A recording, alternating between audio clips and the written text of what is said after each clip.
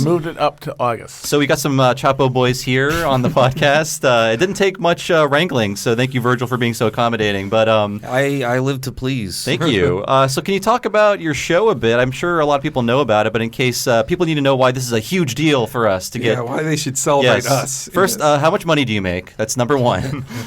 And second, what is your podcast about? We make, whatever we can keep. What we make is our business. It's nobody else's business. You can find out. Yeah. Please don't try to find out. But we do a very kind of low key, non-confrontational, not very controversial at all show. Yeah, we just like to rap about what's in the news. Yeah, we talk about politics. We might get our hands a little dirty there. Yeah. Mostly we just talk about food mascots who we really enjoy. There's some musings mixed in there. Yeah, your noids. Rules for life, we give you those. Absolutely, 12 of them specifically. I learned about being a lobster from you guys. You taught me a lot. It's the only creature to be. Or I thought we were all like birds. Is that what it is? We're both. We're all, yeah. We're the plumed lobsters. Flightless lobsters. So today's episode is Two Bad Neighbors. Classic Simpsons. Yes. Excuse me, sir. Where are you going? I'm going to punch George Bush in the face. Okay, is he expecting you? Today's episode aired on March 25th, 1996, and as always, Henry will tell us what happened on this day in history. Oh, my God. Oh boy, Bobby. The Cowboys and the Steelers win their respective playoff games. The series finale of The Commish airs. Ooh. And one of the worst film release dates ever as we get Lawnmower Man 2, Dunstan Checks In, and Biodome in the same weekend. A fine weekend to stay home, I guess. I'll admit to seeing Biodome in the theater as a misguided youth. Anybody else see any of these movies? I've seen Biodome, not in the theater, and I've only caught pieces of Dunstan Checks In, never the whole film. I saw I just caught it on TBS, one of those networks that plays stuff like that. Yeah, they were like the stoners who don't actually do drugs, That's right? right. Wasn't that their thing? Yeah, they just act stoned because it was a PG-13, so they couldn't show them actually doing the drugs. So they just were dumb. Just in the Bill and Ted tradition. There. Yeah. Even though Billy Baldwin was a white guy with dreadlocks, he couldn't smoke weed on film. Biodome is a concept that just kind of fell off the map after the 90s. Which is kind of funny because we're in more need for dome-based solutions to climate problems than ever. We really should be getting back onto the dome shit. I think we need more biodomes. Why did they stop this experiment? Build a bigger biodome, Didn't please. someone sneak weed in, and that was the reason why it got fucked? there was polygamy happening or something. Well, yeah, there's always insane sex shenanigans. Yeah. Someone brought Cheerios in, and it violated the. No, that is true. Somebody snuck a food or something in that ruined the experimental the parameters. ecosystem. Yeah. Weren't the rich weirdos now building islands they can live on in the future? Seasteading, yes. Yeah. Or space colonies? Something like that? They're thinking about that. No, they're going to, for example, just a fucking oil refinery out in the middle of international oil waters. platform, and they'll just have, throw some Soylent dispensaries out there. And That's Sealand. And then they just put some routers in so that they can download crucial illegal nudes and child porn and stuff, and they have fun. God, I mean, after the slanderous Stephen King novel Under the Dome, I think domes are just ruined for everybody. Nothing but trouble happens under those domes. You make that Pauly Shore movie today, it's going to be a seasteading thing. It's going to be. I mean, with all the other sequels they make of 90s things, why hasn't there been a Biodome too? Direct-to-video. Because everyone forgot about biodomes. Yeah, they're not relatable. People say, well, what the hell is a biodome? Why would I care about it? Back then, there was just the craze for domes. Yeah, I mean, after this podcast, I'm sure it'll be put in production. So this episode, Two Bad Neighbors, I think it's famously hated by Simpsons fans, or it used to be. Before, there were a lot of really bad episodes. Really? What did Don Del Grande think? Oh, Don Del Grande. That's a good pull, because that is the dude who hated every episode. Hated every classic, brilliant episode. Famously. Wouldn't it be funny if he loves it now? Wouldn't it be funny if he's still doing reviews and they are just raves? This is what I've always wanted this show to be. Works at the Maple store. I love this. Yeah, if you go back to the All TV Simpsons reviews, Don Del Grande famously, Mr. Plow, C-, try harder. Yeah. He hates the best Simpsons episode. I assume he took his own life or something. He was not in a good place. Because, how do you not get joy out of classic Simpsons happening in front of you? I mean, the few of us remaining who are old enough to have the memory of being able to sit down on Sunday with a brand new episode of The Simpsons that you knew in your heart was going to be amazing. Yeah. You were going to talk about all week. That was a special experience, and this guy never even had it. But this episode is. Why was he watching it and posting to a Usenet when he's giving everything a C or Some D? people just crave misery. There were other things on TV, you know. Well, yeah, but if he didn't like that, I don't think he was enjoying any of the other offerings television had to Maybe he offer. really loved Empty Nest. You know? Oh, well, the commission. This is true work of art here. Oh, well, the Finally. commission had just gone off the Yes. Yeah, there's a lot to mourn right now, but this episode is kind of a late reaction to President Bush's mini war against the Simpsons. President H.W. Bush. And We his. need more Simpsons, more families like the Waltons, and fewer like the Simpsons. That's right. We actually we have that clip. We have that clip. We can hear him in all his nerdy glory. We need a nation closer to the Waltons than the Simpsons. Shut up, bitch. Hey, we're just like the Waltons. We're praying for an end to the Depression, too. So that was their Good shots on. fired response to that. It was a very small recession. Yeah, that was, but it was just perfectly timed for him to Yep, lose. It's yep, amazing. Yep. Speaking of the age gap, like kids, I barely knew H.W. Bush as a president as a kid. I was just like, well, I guess he's president. That's what you're supposed to have. But I was not aware of anything he did at the time of the airing of this episode. Like, I was not particularly political then. You're probably just aware of Dana Carvey. Yeah, I was definitely aware of that, yeah. Me too, but and I knew whatever Bill Maher told me was politically correct. I was like, this guy's smart. Like, that was my feeling at the time. Not so Yeah, much now. it occurs to me that the way you can tell a classic Simpsons from modern Simpsons is that if they did that episode today, they would have George H.W. Bush play himself. Yeah, they he would wouldn't do the it. voice. They wouldn't do it otherwise without him. Yeah. Yeah, you're imagining how terrible that would be. David Copperfield. yeah. So Cut like that was awful.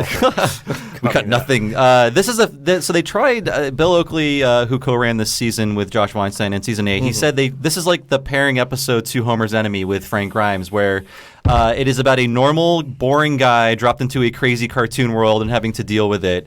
In this case, it's sort of a very observational humor about a cranky old man, but there's not a lot of Bushisms in it, and I think they tried to keep it apolitical on purpose, though they do mention a few things. It was. So I just rewatched it as per your instructions, and it's ironic. There's that one line where Barbara says, you know, we wanted to find a city where people aren't concerned about politics, where they don't have ideals.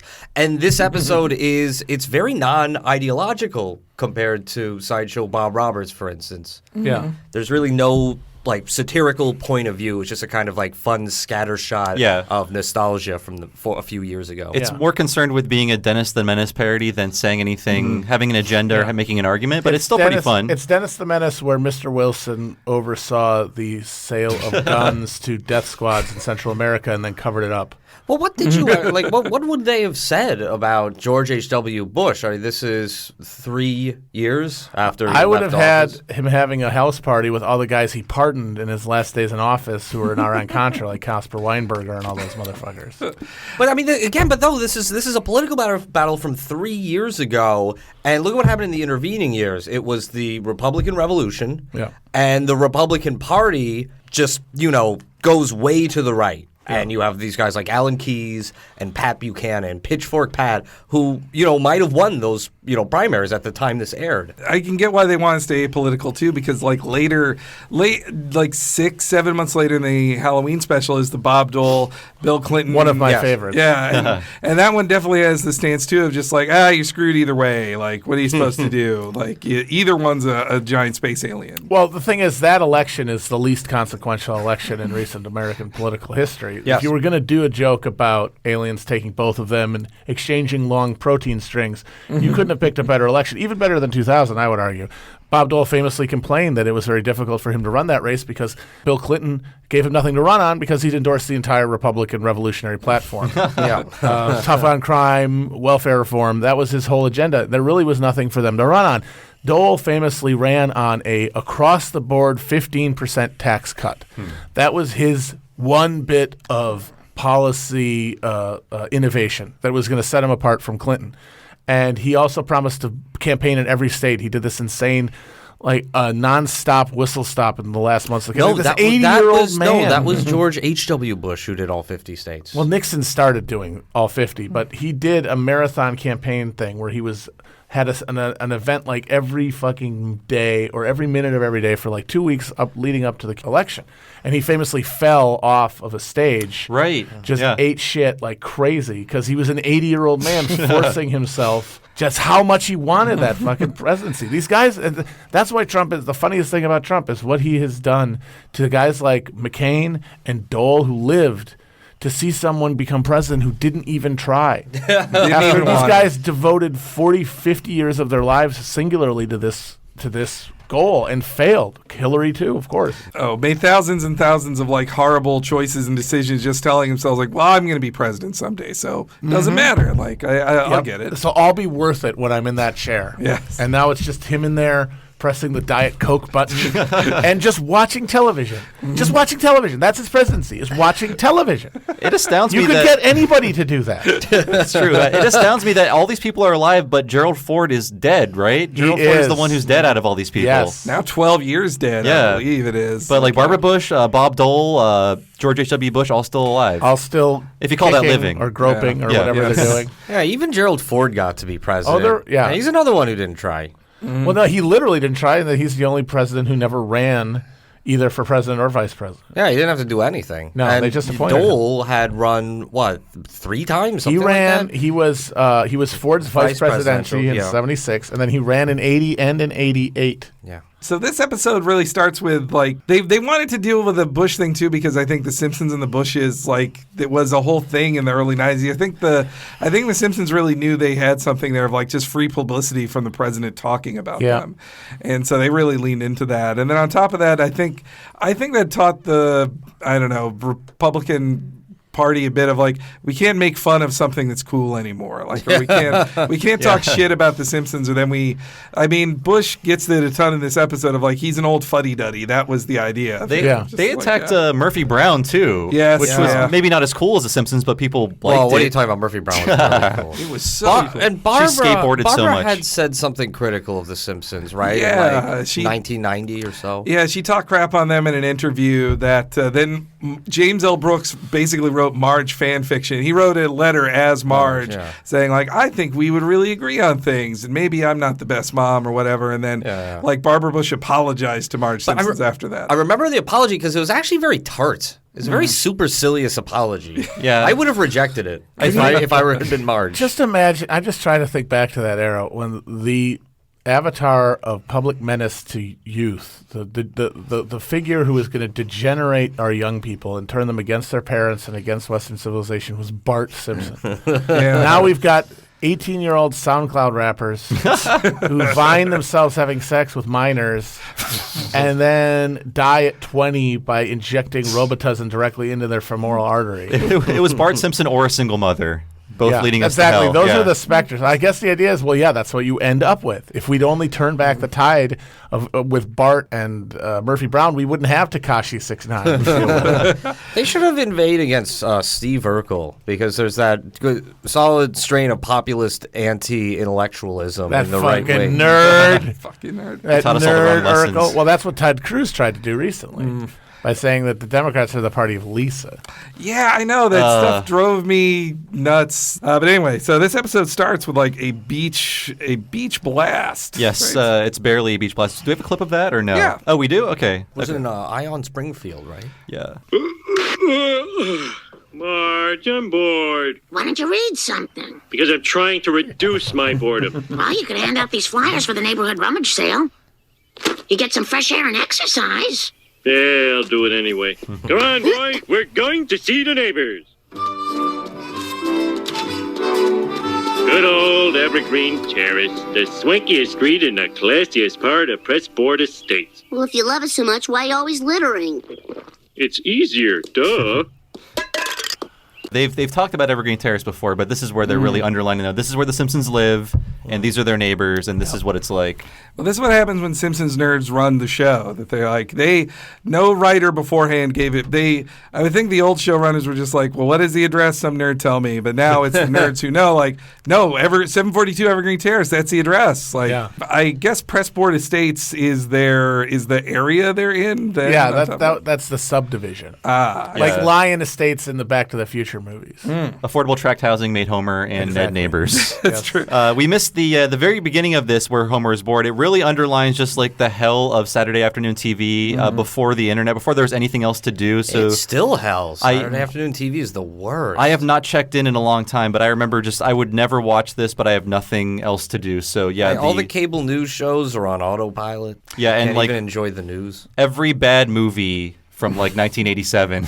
It's been a long time since I've watched Saturday afternoon television. As a kid, I remember once it got to noon and the last Saturday morning cartoon was on, then it was time for something like competitive sandcastle building or golf at some point. The beginning of golf. Oh, golf.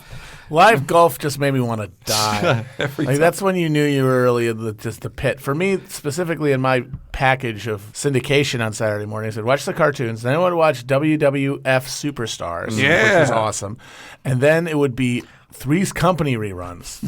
And it was the Three's Company song told me that I was no more good TV was going to be on. Some stupid, boring adult sitcom that wasn't funny and I didn't get. The ennui set in after that, like the post-cartoon ennui. I think after a while, VH1 would just put on 9 hours of I Love the Blank Decade for you, because it's just this is just default thing you switch to, because everything else is a wasteland. That's depression TV right there. You just stare at it.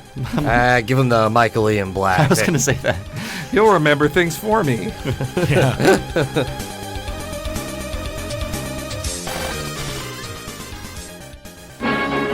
The Simpsons will be right back.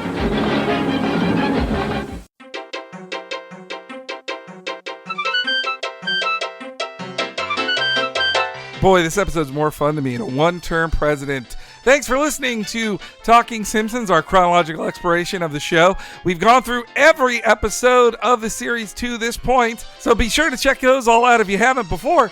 And also, if you want to hear every episode a week early and ad-free, plus get a ton of extras, you should go to patreon.com/Talking Simpsons. If you go there, you can hear the entire first season of Talking Simpsons that we did, which is only available on the Patreon, plus our season wrap-ups for every episode, plus our going through of every episode of The Critic and Talking Critic for 23 straight podcasts, and our current Patreon exclusive podcast, Talking Futurama, where we're going through the entire first season of Futurama, episode by episode. Plus, if you're a Simpsons fanatic and want to know more about the show, we have in-depth interviews with multiple people who have worked on the show, including executive producer Bill Oakley, writer for the show for almost 20 years, Dan Graney, Mimi Pond, who wrote the first ever episode of The Simpsons, Simpsons Roasting on an Open Fire, and former executive producer of the show, Mike Scully. Not to mention a ton of more exclusives. If you dig in there, you get so much at patreon.com/Talking Simpsons for just those $5 a month. Sign up today!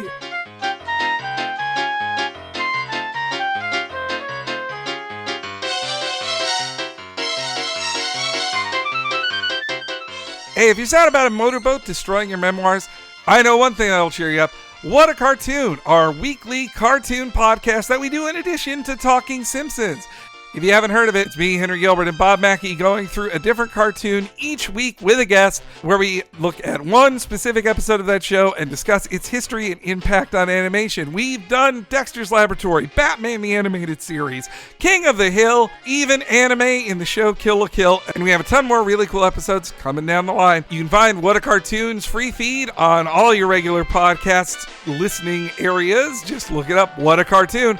Or you can hear every episode a week early and ad-free as part of your support of patreon.com/Talking Simpsons for just $5 a month. If you can't get enough of this cartoon chit-chat, and I know I can't, check out What a Cartoon!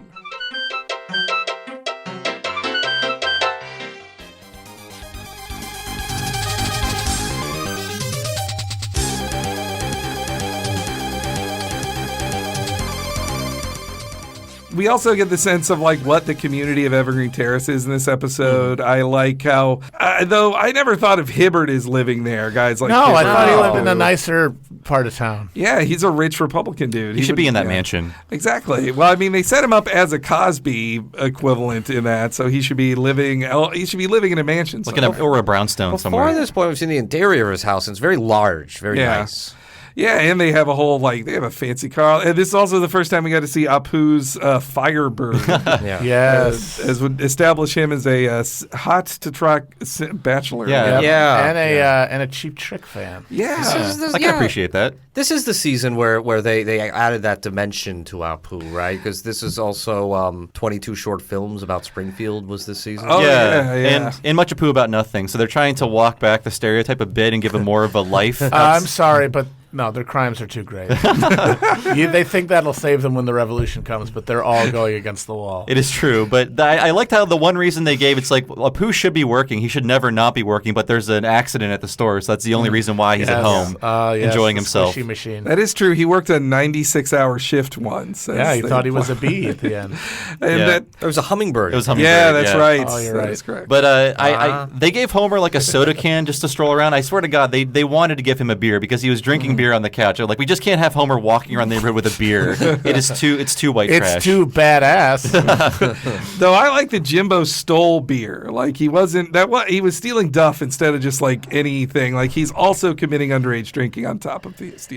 Yeah. I also like that I don't think I'd ever heard Cheap Trick until I'd seen this episode as a kid as well. I was 13 when this episode aired. I don't know your guys' ages, but I was also not a cool kid. I was listening to Weezer and Happy Giants. I was not cool either. I did not get the Cheap Trick reference. The Dream Police video is an awesome music video. It is awesome. Guys. Look it up. I was going to say, Weezer was just interpreting Cheap Trick for you. They're like, true. let's dust these off and give them to the kids of the 90s. There was that other episode where Homer says, "I prefer to listen to Cheap Trick." Yes. And I never knew what that sentence meant. I wasn't familiar with the band. Yeah. Same with the Starland vocal band. I was like, well, I have to assume suck. that's a band. Well, that joke kind of makes more sense because it is a goofy name. Mm-hmm. Well, it's also a great band, though. Bad Tattoo.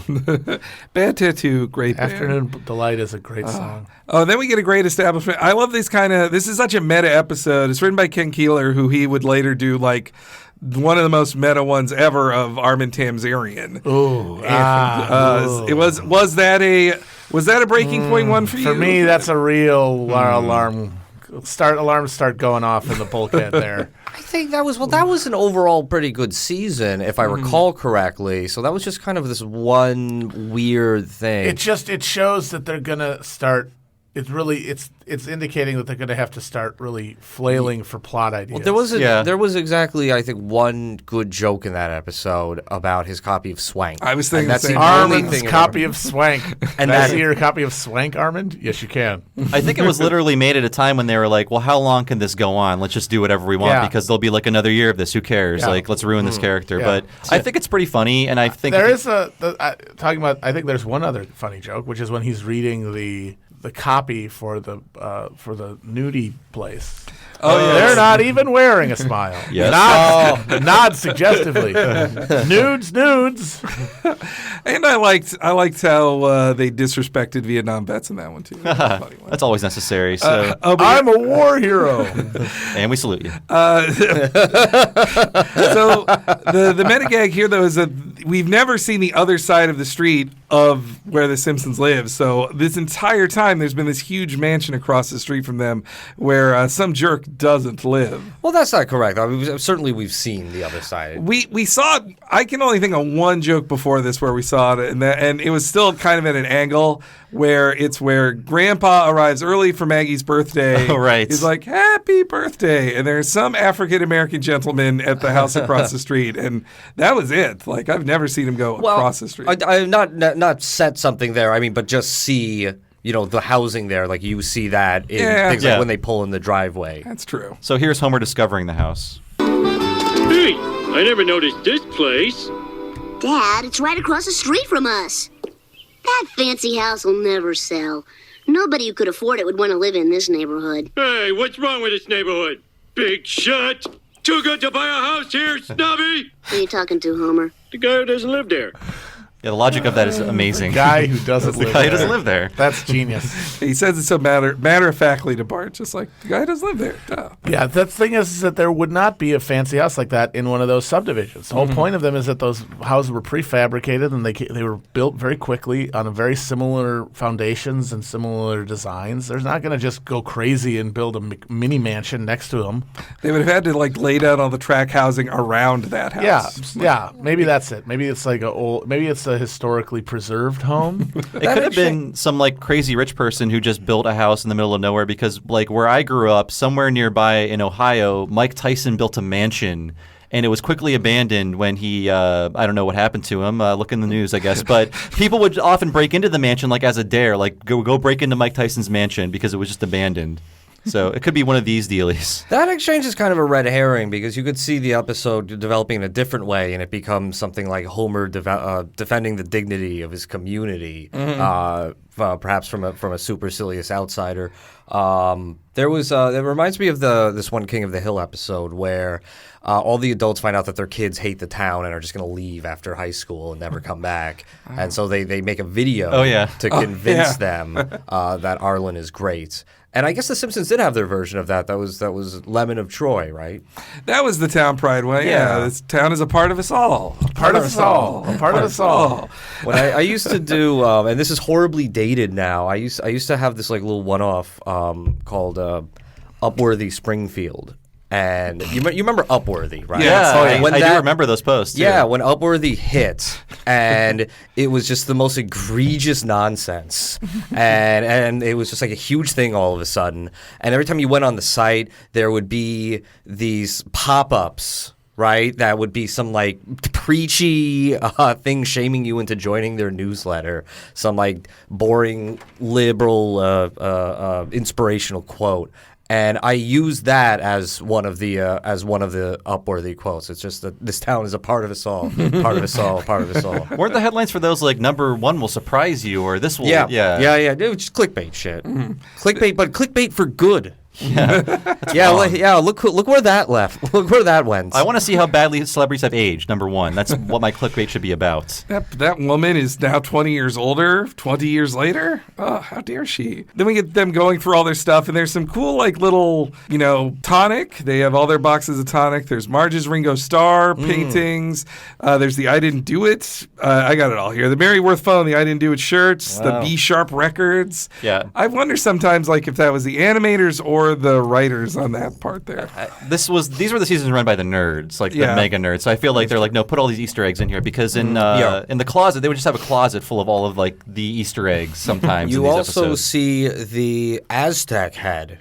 It's Olmec head. Olmec, It's true. Senor Extapalapa kettle. Boom. Wow, good pull. Yeah. Wow. Matthew is owning us here. Marge's hand is conspicuously over the second S in Assahola in the scene. I still like they got away with the Assahola thing. Yeah. I looked it up once, and I don't think those are real Ayatollahs he's talking about. In my search, I don't believe they are. They didn't come up. I didn't know how to spell them. I made my best guess. I tried, and I couldn't find any. I thought there's just one Ayatollah. No, he says, well, that's the thing. In Iran, there's one grand Ayatollah, but the thing is there's also a grand Ayatollah of Iraq, Ali Sistani. Yeah. But there's usually only one at a time in any one of these communities. Yeah, it's like franchises, but I think you can't have two in one territory.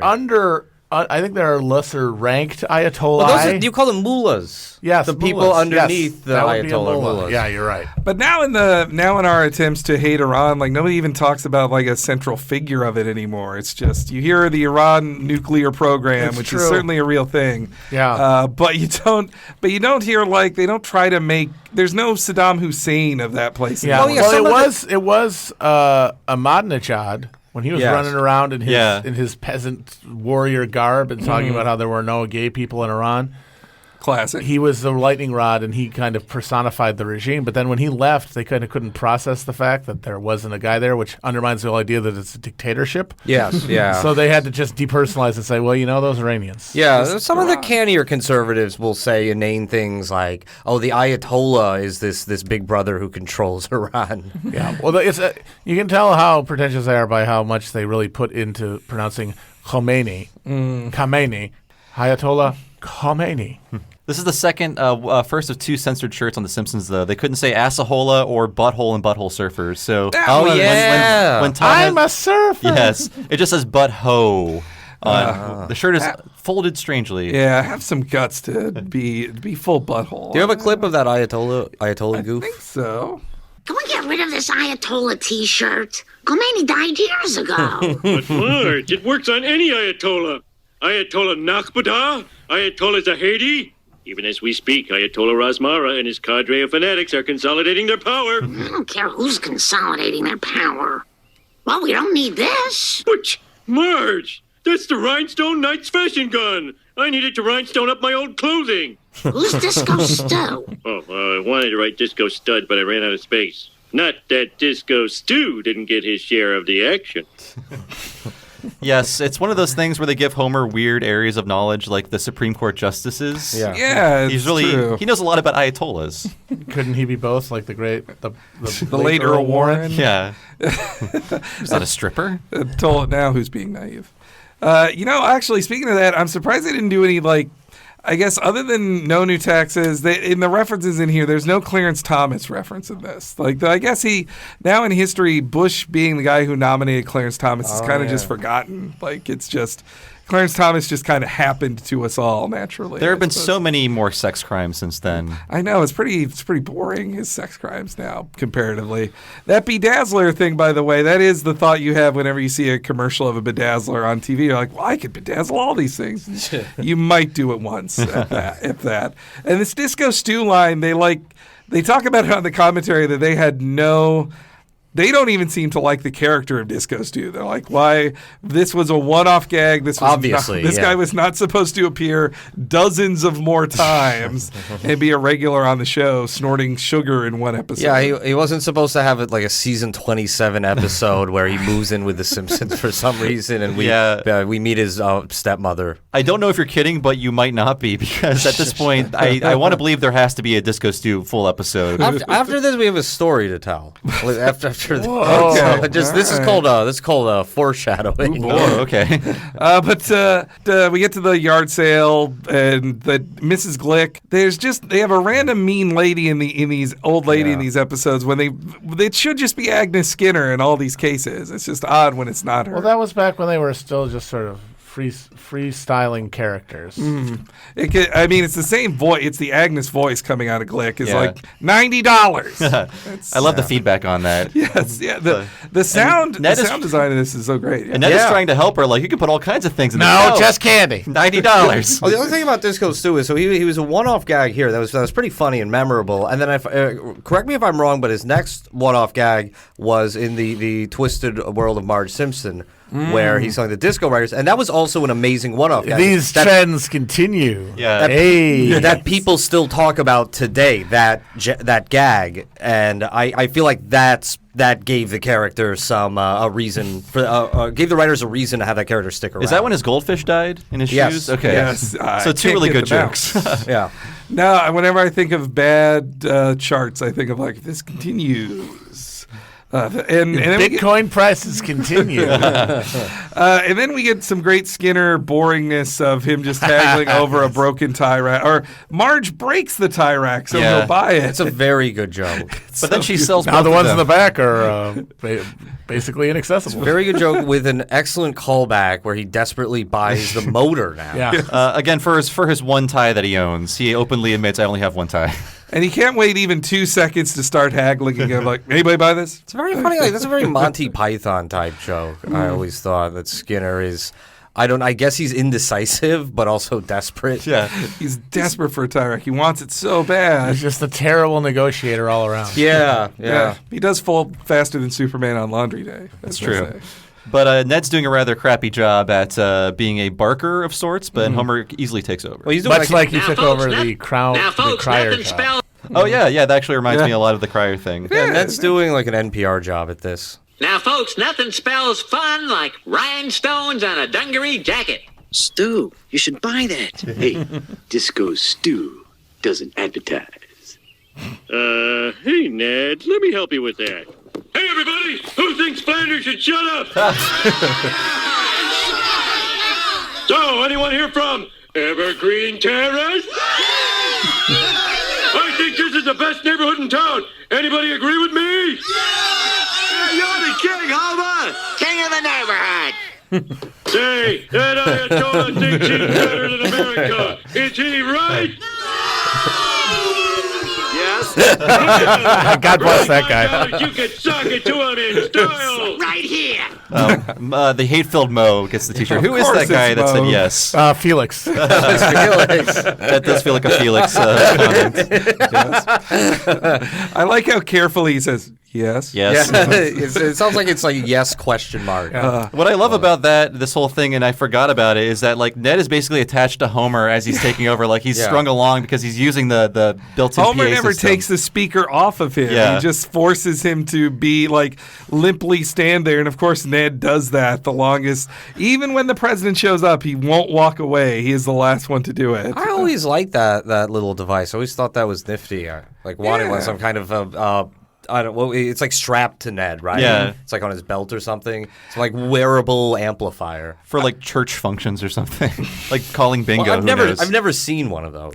It seems like one of those many things that's like the Simpsons technologies and the 90s episodes are like stuck in the 70s with Mr. Microphone and that device, the Rhinestone Cowboy, and the keyboard that Wiggum plays in this as well. It's all just like, well, these were made in 1973, pretty much. So then we get the arrival of George Bush. I think I have a clip of that one too. Hi there, neighbors. I'm George Bush. Former President George Bush. Okay, let's give it up for the new guy. Now let's all turn around and pay attention to me again. Hello? Hello? Hello? So Homer started out, he was bored, and then he was saying, no, what are you talking about? This neighborhood's great, and now he just wants attention. Yeah, it's a weird portrayal of Homer. It's slightly off because it feels like he's like the party animal everyone loves in the neighborhood. Usually he's hated or thought to be like a loser or weird. A criminal who's on the run, who will later destroy the town like 5 times over. Yeah, but in that moment, he was just so filled with love for Evergreen Terrace that everyone had to acknowledge it. I love his misfitting tuxedo he's wearing during that whole song and dance too, and the umbrella hat. The umbrella hat. It's all beer. Beautiful. And that when Bush arrives, like everybody abandons him. Like Ned is the last. I love the animation. Like Ned's feet are twitching. Like I want to go over there. And he runs away with like the microphone throwing up sparks behind him. Yeah. And the great gag of like nobody heard of everyone just forgot who George Bush was by 1996 in the town of Springfield. Is that a commentary on Springfield or on George H.W. Bush? I think it's both. He was a forgettable president. Yeah. Well, that's why he's in here in such an apolitical fashion. Yes. Because he's just this. He was a guy who was known for being kind of a nerd. Yeah. I mean, got beat, which is very rare, and it gives you a stink. It's such a huge risk to be elected president because if you don't get reelected, you just have loser stink on you for the that's rest of your true. life. Jimmy Carter, same thing. He was Carter, not Ford. And the thing is, it's very rare to be defeated if you have a huge built-in advantage, which is why Trump's going to be president for 8 years. People can accept that. Don't say that. But like to lose is really for him. It was an incredibly poorly timed small recession that was just at the right time to just completely own him. Well, I mean, how much do you chalk that up to Perot as well? Like being There's been some work on that, and there are actually a number of political scientists who say that Perot, if he'd been not on the ballot, Clinton still would have won. Yeah, Clinton still would have won. I mean, Perot, if anything, is taking more votes from Clinton because this is the anti-incumbent vote. Exactly. And maybe a lot of the people who voted Perot would have just stayed home, but I would think that Bush negotiating NAFTA is something that sent a lot of people in the arms of the Democrats. I think that was a big turnout thing. And then Bill Clinton signed it. Signed it. And then Clinton went and signed it, right. But Perot was the... And got that little gnome on television and said, wow, jobs leaving the Midwest because of free trade? And they're holding up the screwball thing from the Looney Tunes cartoon next to his head. The one previous appearance of George H.W. Bush on the show was him not being allowed into Mr. Burns' party because no one-termers. Yeah, but he was a different caricature, much more grotesque in that episode. Yeah. Oh, no, wait, there was one other in Mr. Lisa Goes to Washington. Oh, you're right, yeah. Where he signs a bill into law. Yeah. My bosses are going to be really happy about this. Your bosses?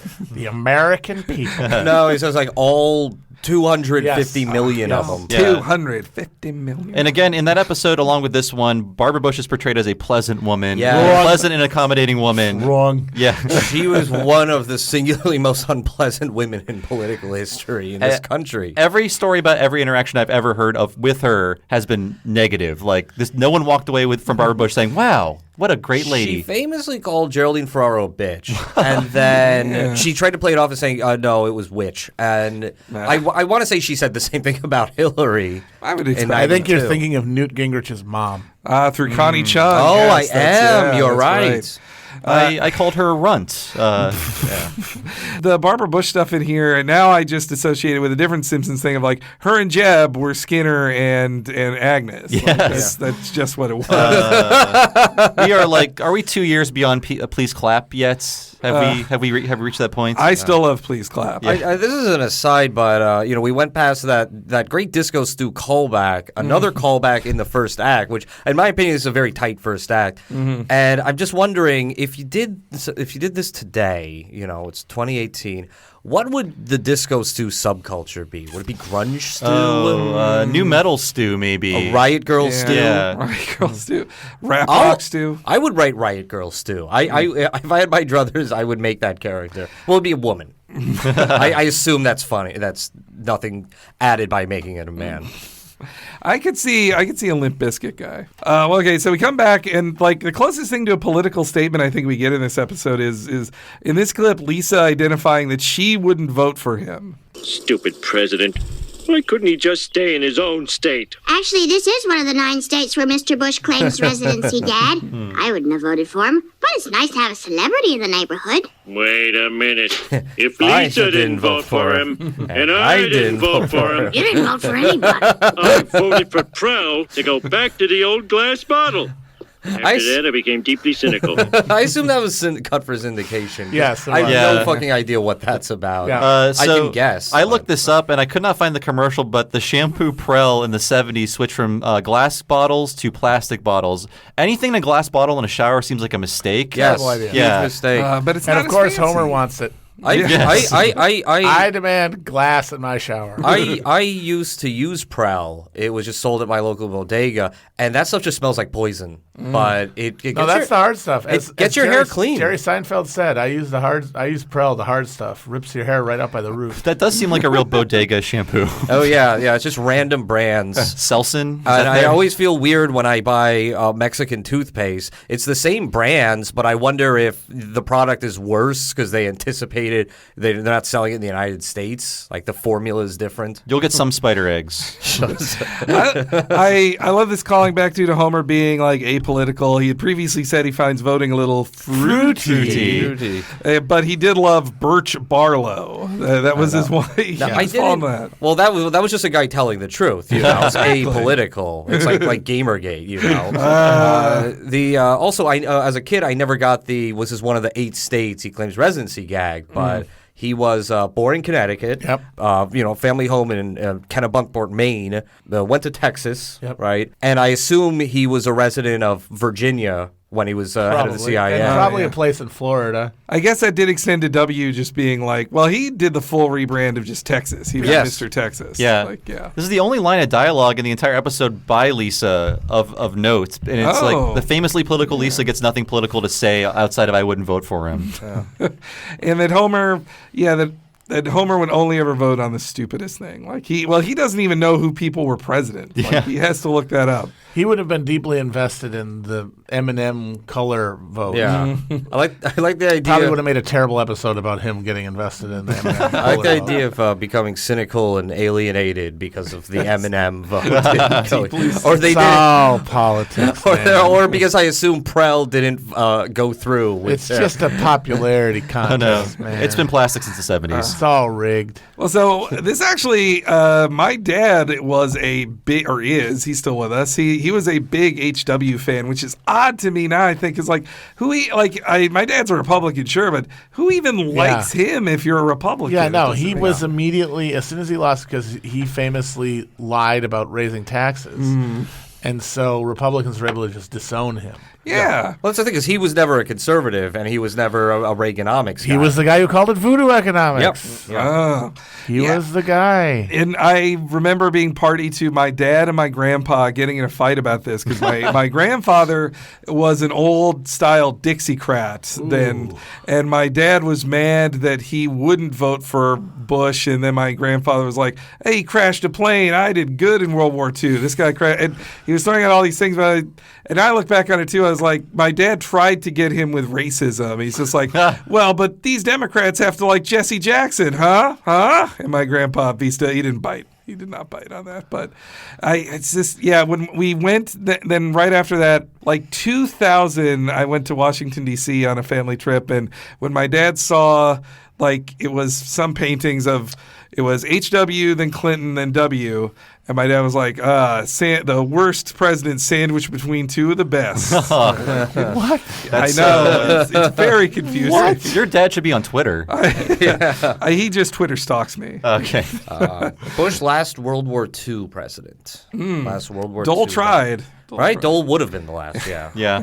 So we get the Flanders meeting the Bushes now, and they're remarkably similar and remarkably folksy. It just occurred to me, we're never going to have a Vietnam president. We might still. I don't think so. I don't think we're going to get a Vietnam veteran president. Who's even close in the high level? The people in those age brackets are not plausible nominees of any party. Well, now after the old senile grandpa president, guys like Kerry think, oh, maybe I got a shot. You have to be, at least 70 to have participated in Vietnam? Something like that. Around that age. Yeah. Well, no, 60. 60. Right? Because that was like 40. Well, it was a long time. It was a while. Yeah, the war ended 44 years ago, 45 years ago? Yeah. And you could have conceivably been 18 in the last year of the war. That's true. So it is possible. I think we might get a Vietnam. Hey, what's Bob Dornan doing?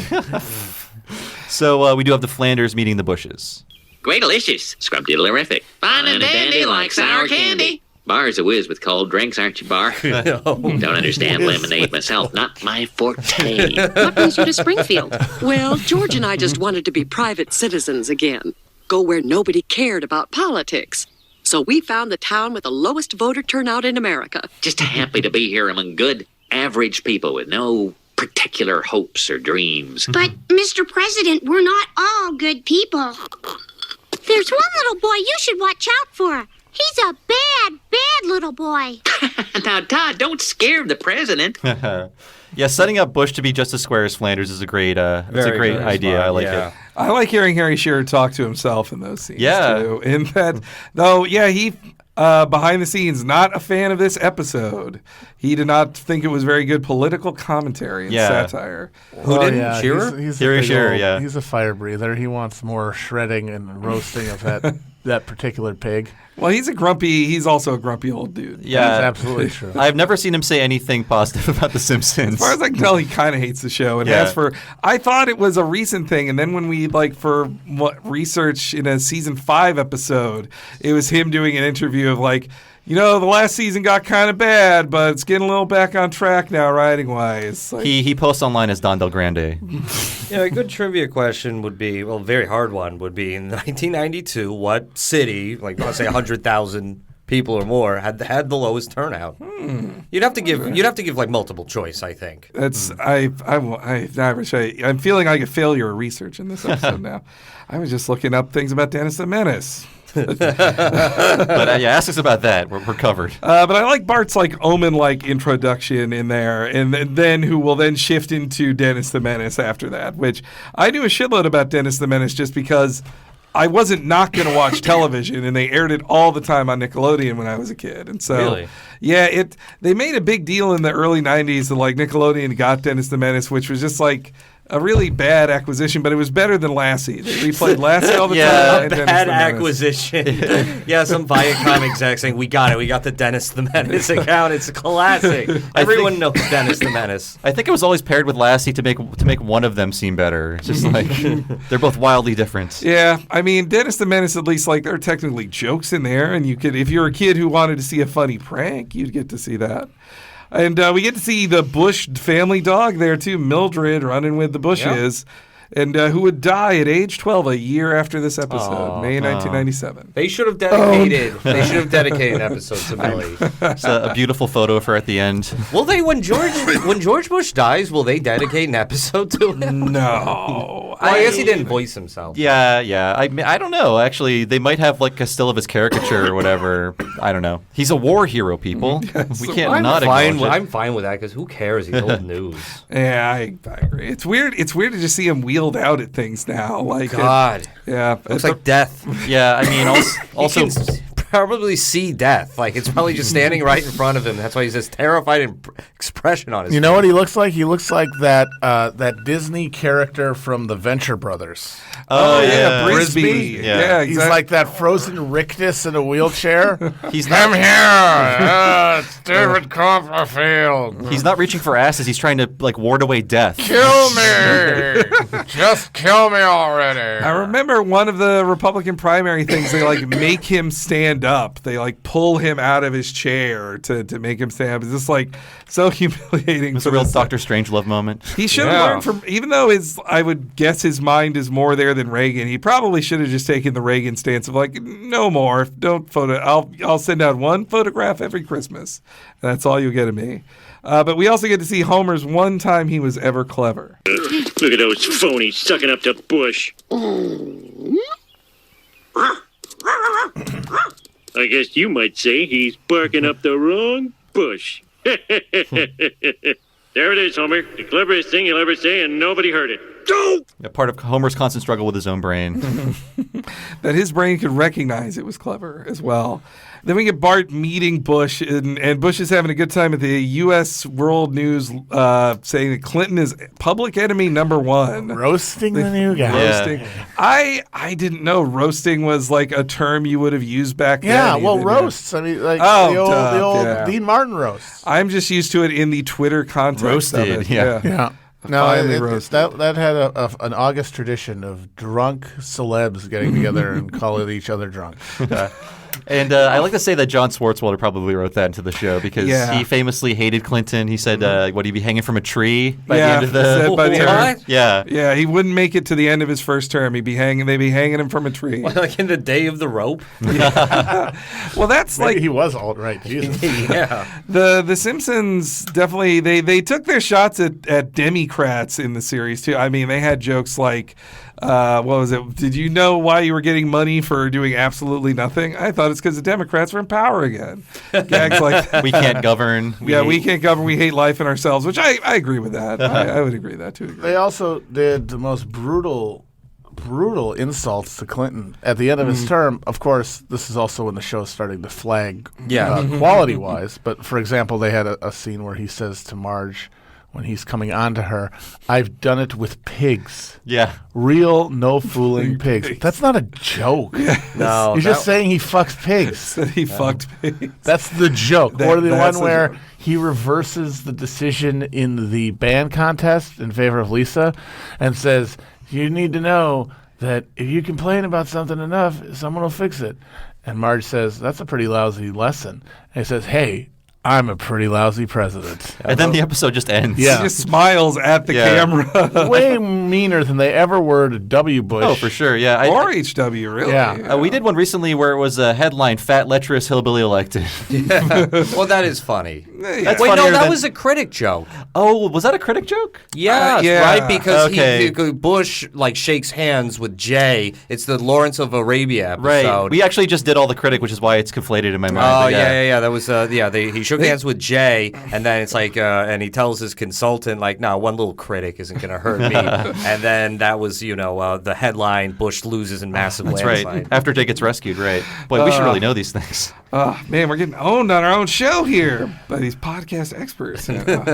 But so, yeah, Barbara Bush, I guess she has to be friendly in this because she has to be Mrs. Yes. Wilson, who Yeah. sees no problems with Dennis the Menace, even though I would bet later in this episode, if Bart had thrown locusts into her house, she would not be so friendly to him Yeah. at that point. Might have been the turning point for her. The wife on Dennis the Menace was very disloyal to her husband, I think, by refusing to take seriously the threat that the child posed to their safety and their sanity. She was cucking him to a degree, I would say. Very much so. I mean, just back your man up once in your fucking life. Don't undermine him in front of the neighbors every day of your life. Yeah.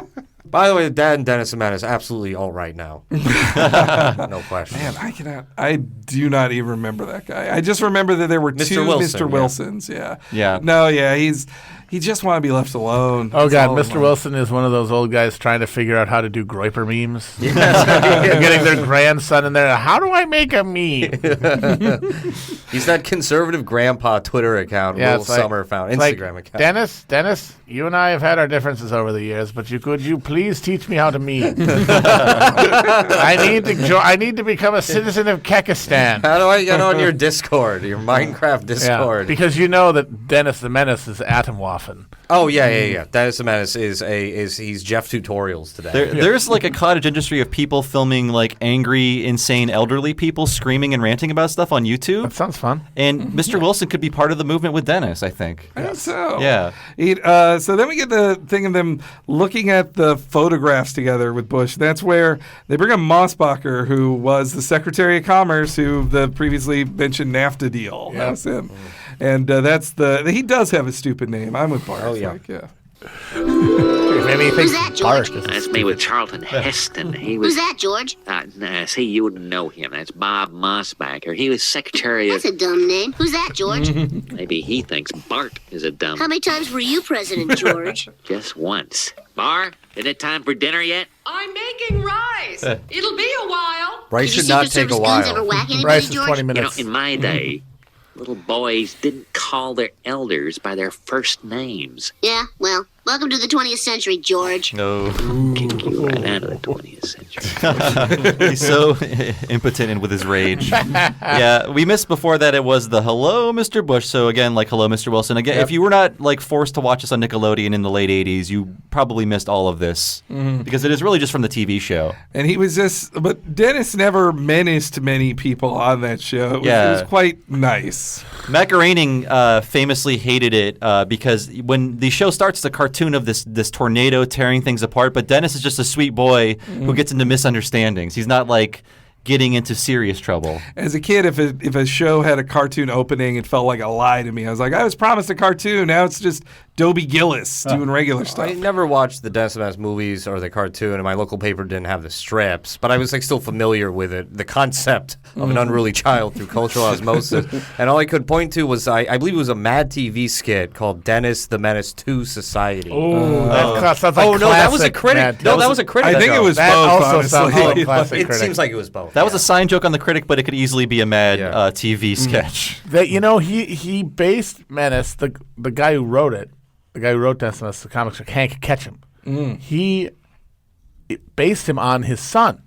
In fact, the inspiration for it was his wife came in after he got into some shenanigans and said, "Your son is a menace," and he thought, Dennis the Menace. It was like that, according to him. Wow. But they ended up becoming estranged, and his son ended up having a very rough life, and they didn't talk once they grew up. Jeez. That explains a lot because usually those people have their children take over their comic once they become like 98 and can't hold a pen he was anymore. Like, I'm fucking done with you, Dad, after what you did to me. Well, He made me a menace. It'd be funny if, like, once he retires, his son does take it over, but changes the premise entirely to make Dennis the hero of the comic and Mr. Wilson child molester. In England, there is a different Dennis the Menace. Our British listeners will be confused about this. The blonde Dennis the Menace in England, it was just a wholly, completely different comic strip, I think, made independently. So like in Viz magazine or... Dennis has got a bloody Asbo on him. He's got an Asbo, the local police, the constabulary, they got a right on him. He's going back to the group home if he pulls another if he bloody takes anyone else's mobile. You're British. If he knocks over a single bloody dustbin. What is it, like a Roger the Tosser? Roger the Tosser. He's going around Tesco and he's knocking all the Cadburys off the shelf. I think it's him and his dog knocking over Cadburys. Yeah, and that Rice thing. I think in general, you could read this as Barbara being shitty to George because she's mad about his many infidelities, and she's just. That's true. He was a legendary coxman, George H.W. Bush. Ugh. God. I hate thinking of that even. Yeah, but I mean, earlier he didn't understand lemonade. I like to think he's just eating a bowl of white rice for dinner. Yeah, that's all they're having. That is one of my favorite lines in the episode. Is Bart is a whiz with cold drinks. Don't understand it myself. Well, that fits too with definitely the general perception then was Bush was very out of touch. Famously, he didn't know what a scanner was. The scanners. It's like, what is this magic here? That he wasn't getting on Arsenio Hall playing saxophones. Nope. But he didn't realize he was against the rock the vote generation. Another out of touch George Bush thing is he doesn't understand Krusty Burger. He wants to order stew and is talk. Do we have that whole sequence? I think I didn't get that. No. Okay, because that includes one of my favorite Simpsons jokes of all time, which is after the Secret Service Hank, yes. After Hank goes out and disconnects Homer's horn and it won't beat anymore, and he goes, "Hey, my taxes paid for that horn." It's great.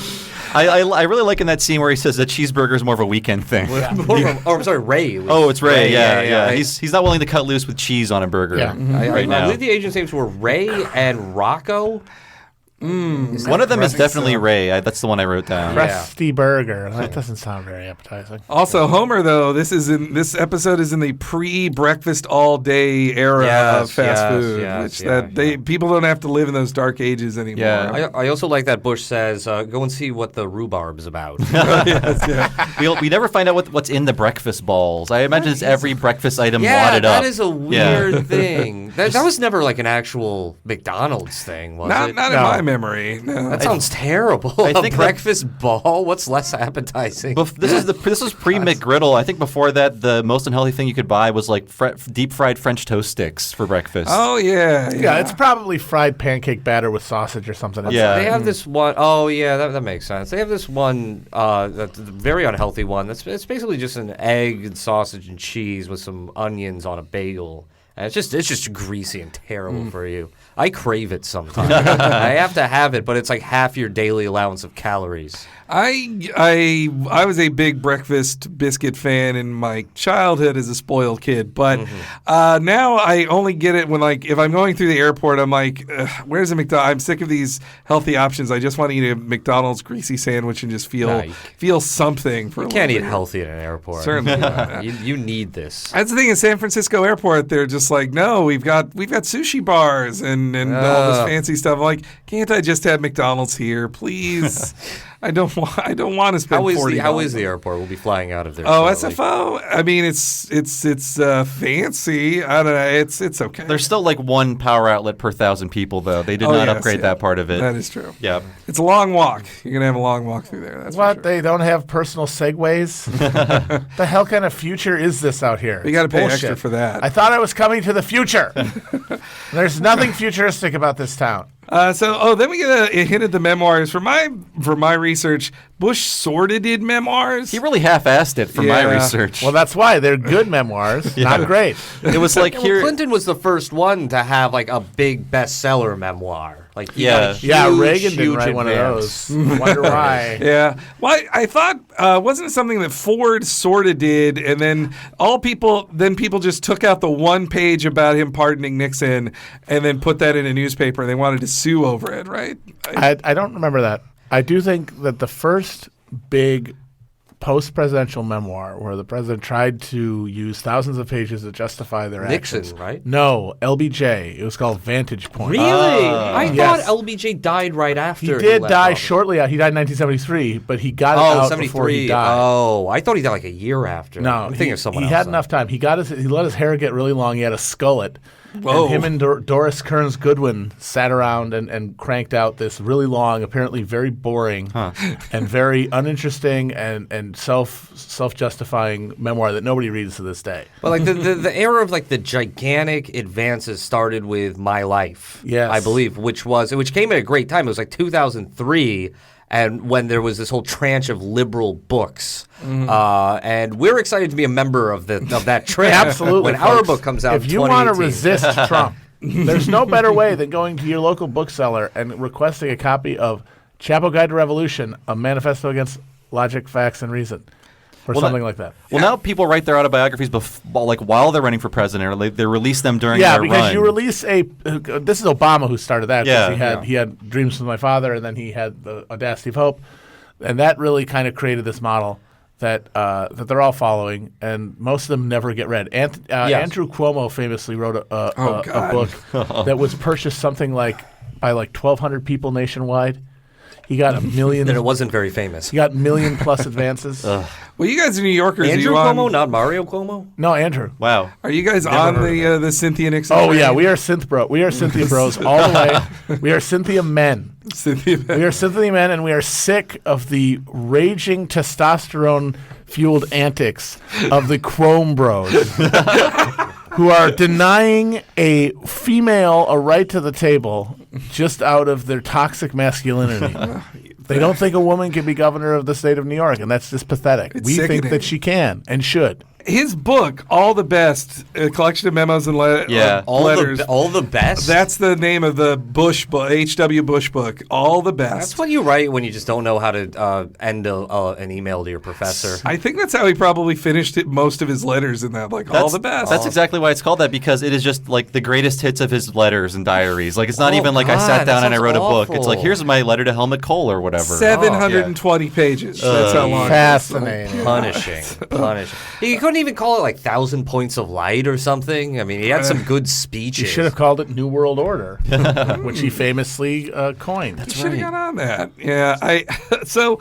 The name of the staffer we had the longtime affair with, that was Jennifer Fitzgerald. That was his aide. In that, though she was not alone, I don't think. Yeah. No, he liked it every which way. God knows what he was doing at Bohemian Grove. And Times reported that, I believe, right after he won renomination against Pat Buchanan after that Kitty was in the bag. And there were people pushed back on it very, very hard. And it just everyone forgot about, nobody ran with the Times piece, and Clinton didn't really talk about it. I wonder why.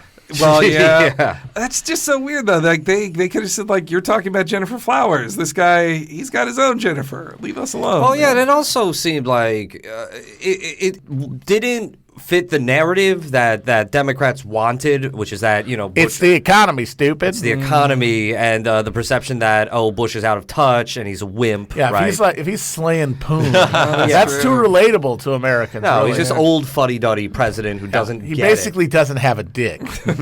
They are emasculating him instead of emasculating exactly. him. I get it now. We do have a very pivotal scene with the memoirs that kicks off the entire feud, so let's hear it.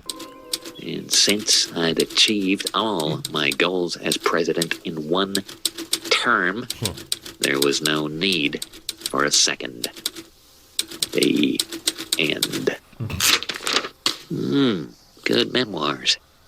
Good, not great. Now, let's look at that old outboard. Soup that baby up, rattle a few windows down report next May. Oh, God. Hello, Mr. Bush. He's such a normie. He really is. What you doing? Now, don't upset the desk there. Careful, don't want to horse around with... Hey, cool. What does this do? Now, don't you pull that cord, young man. Does it? Whoops. Hey, Bar, my motor's gone loco. Oh, that birdhouse. My prized orchid.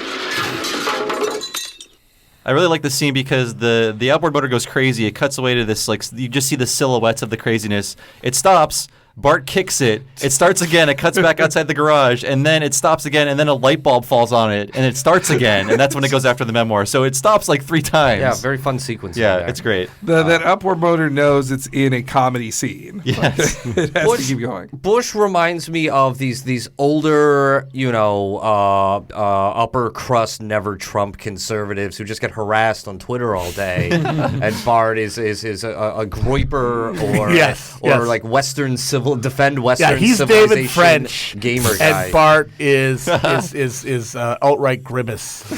They just won't leave him alone. Yeah, I will say that a great character moment there is when he yells, "Oh, my prize orchids," because the type of person who actually enters their orchids in some sort of horticultural contest, that is a true nerd. Is that's not a reference to anything? No, well, that's it's a thing. It's an old timey thing. Yeah. These are my prize orchids. Mr. Wilson literally would have said that. Yeah, implying that he would enter them in local contests. I think the Dennis the Menace movie was actually about Mr. Wilson entering something in a plants contest. Well, if you really want to know the plot of the Dennis the Menace movie. Yeah, obviously. Cocaine smugglers move in next door to Mr. Wilson. Christopher Lloyd, right? Mr. Wilson has a 100-year plant that's about to bloom, and it only will be out for like 12 seconds, and Dennis distracts him and he can't see it, and that's when he finally asshole. I know, right? And he robbed an old man of his last dream. Yes, and then meanwhile, right after that, Dennis gets yelled at so hard by him that he runs away from home and falls in with Christopher Lloyd as a very creepy drifter-style criminal. They don't get too specific on it because it's a PG movie, but he seems like he's a murderous drifter. Yeah. Who then has an 8-year-old hanging around with him, and then it basically just becomes Home Alone at that point. If Dennis the Menace fucking with Christopher Lloyd. I only saw it once. I also want to have a quick fact check here. Dennis the Menace 2 Society was a Mad TV skit. It was a claymation. Oh, God. Okay.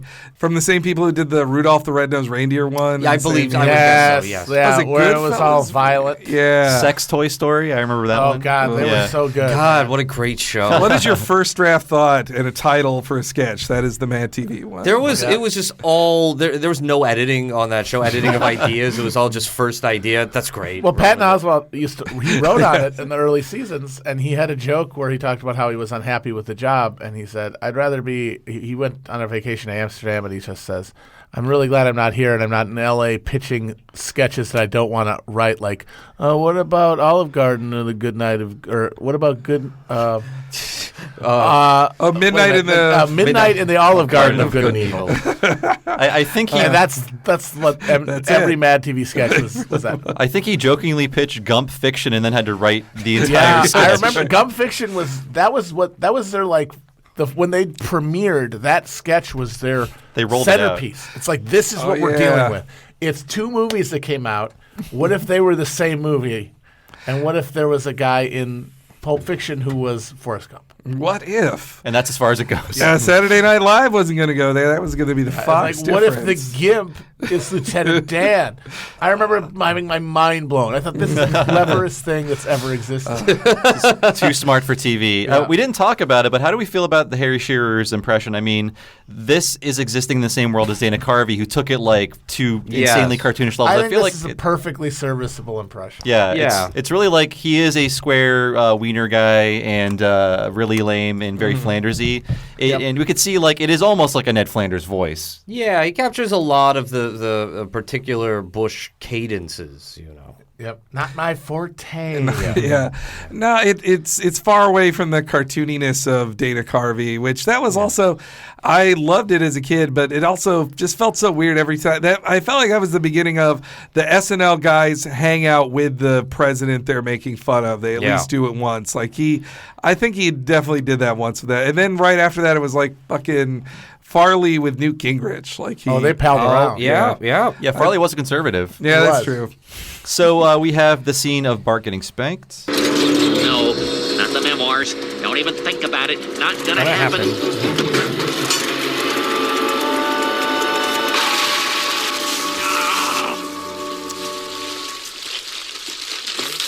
Whoa, man. Whoa, nothing. I'm gonna do something your daddy should have done a long time ago. Now go home and think about what you've done, young man. He spanked you? You? Bart Simpson? I begged him to stop, but he said it was for the good of the nation. That the GIF of Bush spanking Bart was circulated a lot when the when Gropergate happened or whatever. I mean, this was back in December. That sort of just disappeared. I think they just stopped wheeling him around he's women. An old man. Yeah. You get the old. You put a muffin or oven mitts on his hands, and then you're done. I feel it's like once you're just reduced to your lizard brain, you are just going off of basic instincts like I'm food and sex and sleep and like just stimulus. Yeah, I can't wait. You can steal things? It's gonna fucking rip. Good. Do you have the rest? Sanded down to your basis. Do you have the rest of that scene? Because Grandpa's a funny one. No, I didn't get that. It's I'll a do very. it for you, buddy. Yes. Okay. Well. I was spanked by Grover Cleveland on 2 consecutive occasions. My favorite part of that is when he says, "We don't spank in this household," And Grandpa goes, "That's why you're no good. Kids are running wild." And it's just Lisa reading a book. Yeah, silently. Although this conflicts with Homer's thoughts about spanking season.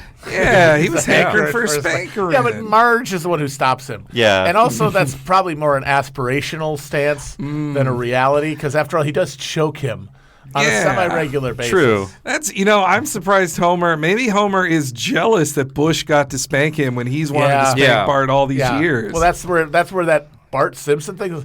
Doesn't he know who you are? You don't get spanked. Yeah, well, the violation is that it's not just a stranger; it's a stranger that Homer dislikes. Yeah, and that it's an infringement on his parental authority. Prerogative. I feel even in '96, it would have been news somebody threatening violence against a president locally. Though this is like pre 9/11, so they're not like immediately just this extradition. This is rather preposterous that Homer can get away with these pranks. And they ripped this off for the film Welcome to Mooseport. Was that Gene Hackman's last movie? But they settle their differences with an election. That's true. They don't use locusts. I forget in the movie, the Everyman is the mayor. It's the Everyman mayor played by Raymond. No, he doesn't. He's not the mayor. Wait, doesn't he want to? He decides to run against the president mayor because he's like, I got to bring this guy down a peg. That's right. And he was the most popular ex-president ever, and he had like a 90% approval rate. Impossible, but they just it's the conceit of the movie that he's the most popular politician in America. Really? And he just, out of cussedness and annoyance with him, especially because I think he's like scheming on the same woman that Ray Romano wants. He's like, I'll run. And then he turns it into a nationwide story, and then he wins. That's funny. I'd never alert. Seen that film. Was the president a Republican or a Democrat? They never tell you. Was he modeled after anyone? He seemed to be modeled after sort of a Eisenhower, I would say. His nickname was the Eagle. Oh, okay. Played by Gene. There are three listeners right now pumping their fists and increasing their donations. Like, yes, I'm a real moosehead. Where my mooseheads at? So we do have the confrontation with Homer and Bush. You want to step back, sir? You're trampling the flowers. Ooh! Hiding behind your goons, eh, Bush? Ooh! Well, you are a wimp! Wimp, am I? Agent Johnson, Agent Heinz, you men stand down. Is it Heinz? Heinz. Like the All right, ketchup? mister. Yes. You want trouble, you're gonna get trouble. Oh, I want trouble, all right. Then you're gonna get trouble. No, you're gonna get trouble. Oh, that's good. That's good, because I want trouble. Then we're agreed there'll be trouble. Oh, yeah, lots of trouble. Trouble it is. For you. That's a real easy battle to win. John Heinz, I believe, was a senator from Pennsylvania. Yeah, Teresa Heinz's husband Teresa Heinz's died in a original plane crash. wife. Husband, and and after that, she obviously had a thing for senators, so she married John. It's a very odd fetish. Wow, I completely forgot that she was married to two senators. He was a Republican. Whoa, yes. That's what I call bipartisanship. She swings both ways. That's the true centrism we need. As long as they're tall, craggy, lurch-like men. I'm sure John Heinz was the same. Yeah. Well, so then we get the prank war begins in earnest, and the Dennis and Menace stuff is half an act, really. Yeah. It's not even one act. And then the prank war begins, and I would assume these rockets are meant as a Desert Storm reference there, right? Yeah, especially because they blow up in green light, and it was all the night vision footage you'd see. Yeah, that's true. And I wish they had gotten it up as butt. What did they call that? The bombing campaign? It was something Powell said about. It's like overwhelming force. Well, that's the Powell doctrine. Powell says it's just air superiority. It's never engage in combat unless you have overwhelming force. Well, their doctrine was, we're just going to take that. We're just going to have total air, control of the airspace. We're going to take out all their anti-air installations and bomb their planes, and then we can do what we want. And boy, did they. Yeah. But shock and awe, that was 2003 Yeah. when they said But I that. think the Gulf War was the first time live war footage was just entertainment. Like Yeah, you I would just remember. tune in and Yeah. watch bombs explode. You watch that green video of the thing going down the chimney. That critic episode we mentioned before was all about that, of the guys calling in from the Baghdad office of CNN and just describing bombs to people and what they were seeing. And same, I think too. Then they called that the video game war. They called it back then, which they had no clue what they were talking about. Jean Baudrillard famously wrote that it did not take place because it was fully an abstraction and a media thing, and so for people, it actually didn't ever happen. Yeah. Did he write Wag the Dog, or is that something? No, that was based on a very different Larry Beinhart novel, which is actually explicitly about George W. Bush faking the Gulf War.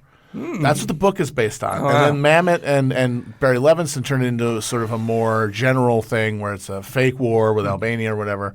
But the original text is about faking the Iraq War, the first one. Yes. But of course, you've got a clear Clinton corollary there where he gets busted groping a Girl Scout in the White House. And they bring in De Niro at the last minute to fake a war to get it off the front pages. Oh, yeah, right after it came out, Clinton bombed that pharmaceutical plant. Yeah.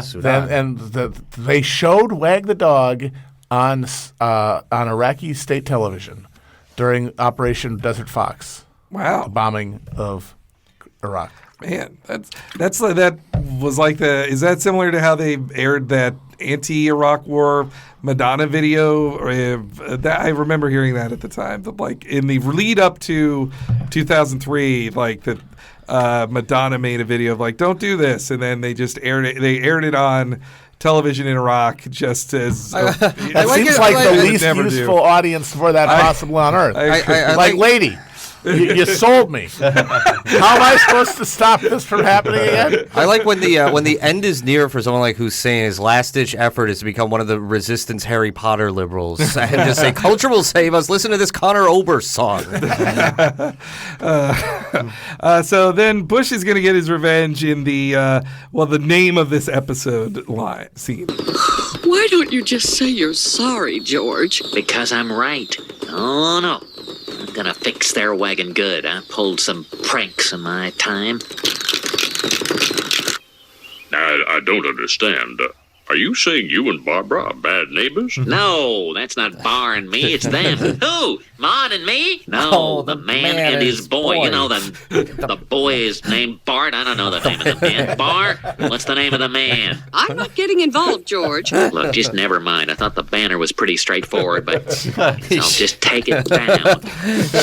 He's so defeated. He doesn't sound like a wimp here. He's got a lot of resolve, actually. Well, it's because he got called a wimp. Yeah. Because I don't know if you guys know this, but that was an actual thing that happened. Oh, it was the wimp factor. There was a Newsweek cover story in '88 called "The Wimp Factor," and it was, can people trust a guy who is considered by everyone to be a blue-blooded soft boy in George W. Bush to be president? I mean, president. It ended up not mattering because he ran against hunk of masculinity Michael Dukakis. Before the Dukakis Snoopy tank picture, there was also a picture of Bush where he looked like a whip. I can't remember what he was in though, but he was wearing a French maid costume. It was comparable. He was wearing a Easter bunny. It was comparable to that Jared Kushner in Iraq photo. Yeah. But as I think several people at the time pointed out, that as soon as that happened, that it doomed thousands of people to death, because you see that when you're president, you're like, okay, who are we bombing? And he did. He bombed a lot of people in his 4 years in office, and he told everybody that's who's a fucking wimp. The guy who barbecued thousands of retreating soldiers at the highway of death. That's the fucking wimp you're talking about. I do like the old man cadence he has, the phrase, the name of the man. Like, I don't know the name of the man. Bar? What's the name of the man? Yeah. And that he spray painted his own house like the people who say that Black Lives Matter spray painted anti-white graffiti on them. It's all a bad plan. Yeah, like he made a sign. He made the sign, and two bad neighbors. Just such a great pronunciation, like an old man pronunciation. Like, these are two bad neighbors. That's what they are. And then we get. We didn't know who George Bush Jr. was then, or at least I was happily. What a blissful, and of course he's not a junior because he has a different middle name. Yeah, it's just Walker, it's not just Herbert Walker. No age. So he is not a junior technically. What was he doing in 1996 in February? February? He would have been the governor of Texas. Okay. Yes, he won in 1994. Yes, beat Ann Richards. And Jeb lost in 1994. And that's why Jeb wasn't president. It literally was. They were both going to run. He lost to Lawton Childs in Florida in 92, I believe. Yes. And so that put him off of the track. If he had won that race, he would have been the one grooming and then had run in 2000. It would have been Jeb. That's a total sliding doors universe. Yeah, and it's interesting. So George, this was his second race. He famously ran for a congressional seat in the 70s where he was called a fancy pants Yaley soy boy, and he resolved to never be out cowboyed again. Yep. But Jeb had not learned that lesson by then. He ran against Lawton Childs, I believe, who was an older man, and Jeb tried to make hay about his age, which obviously didn't play well in state So he lost that, but then he came back in, I believe, 98 and won. Yeah, he was my governor. Just in time to fix the 2000 election, but Yeah. Not enough time to make up for the fact that the presidency he enabled was so catastrophically bad for his family name that he basically was doomed. He'll never get it. Yeah, Henry was there in Florida when it was all happening. My first election I voted in when I turned 18, voted in the 2000 election in Florida. Yes, yeah. Those butterfly brackets were just hard to follow. I did vote for Gore. I was the 2000 era bad liberal who yelled at my friends like, "Nader, why'd you do that?" Yeah, I voted for Nader in that election. Yeah. I voted for Nader. I know. Well, you guys, those weren't Florida Nader votes. That's true. Yeah. Although I was living in Wisconsin, which if Florida had gone smoothly, if they counted the votes and it had been a relatively robust margin, Wisconsin would have gotten the recount because it was a 500-vote margin for John Kerry in Wisconsin. Whoa! I was in Ohio.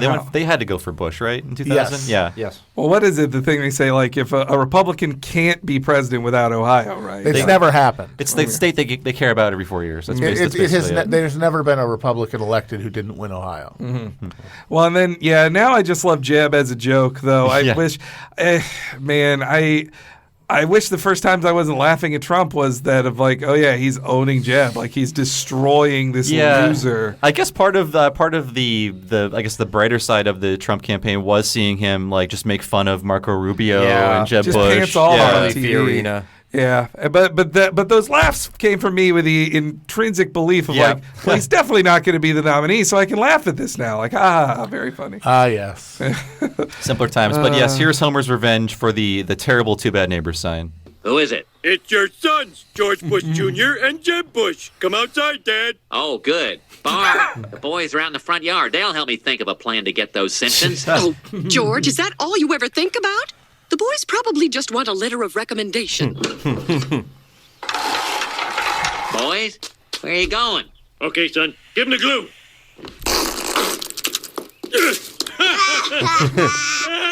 Hey! Looking good, son.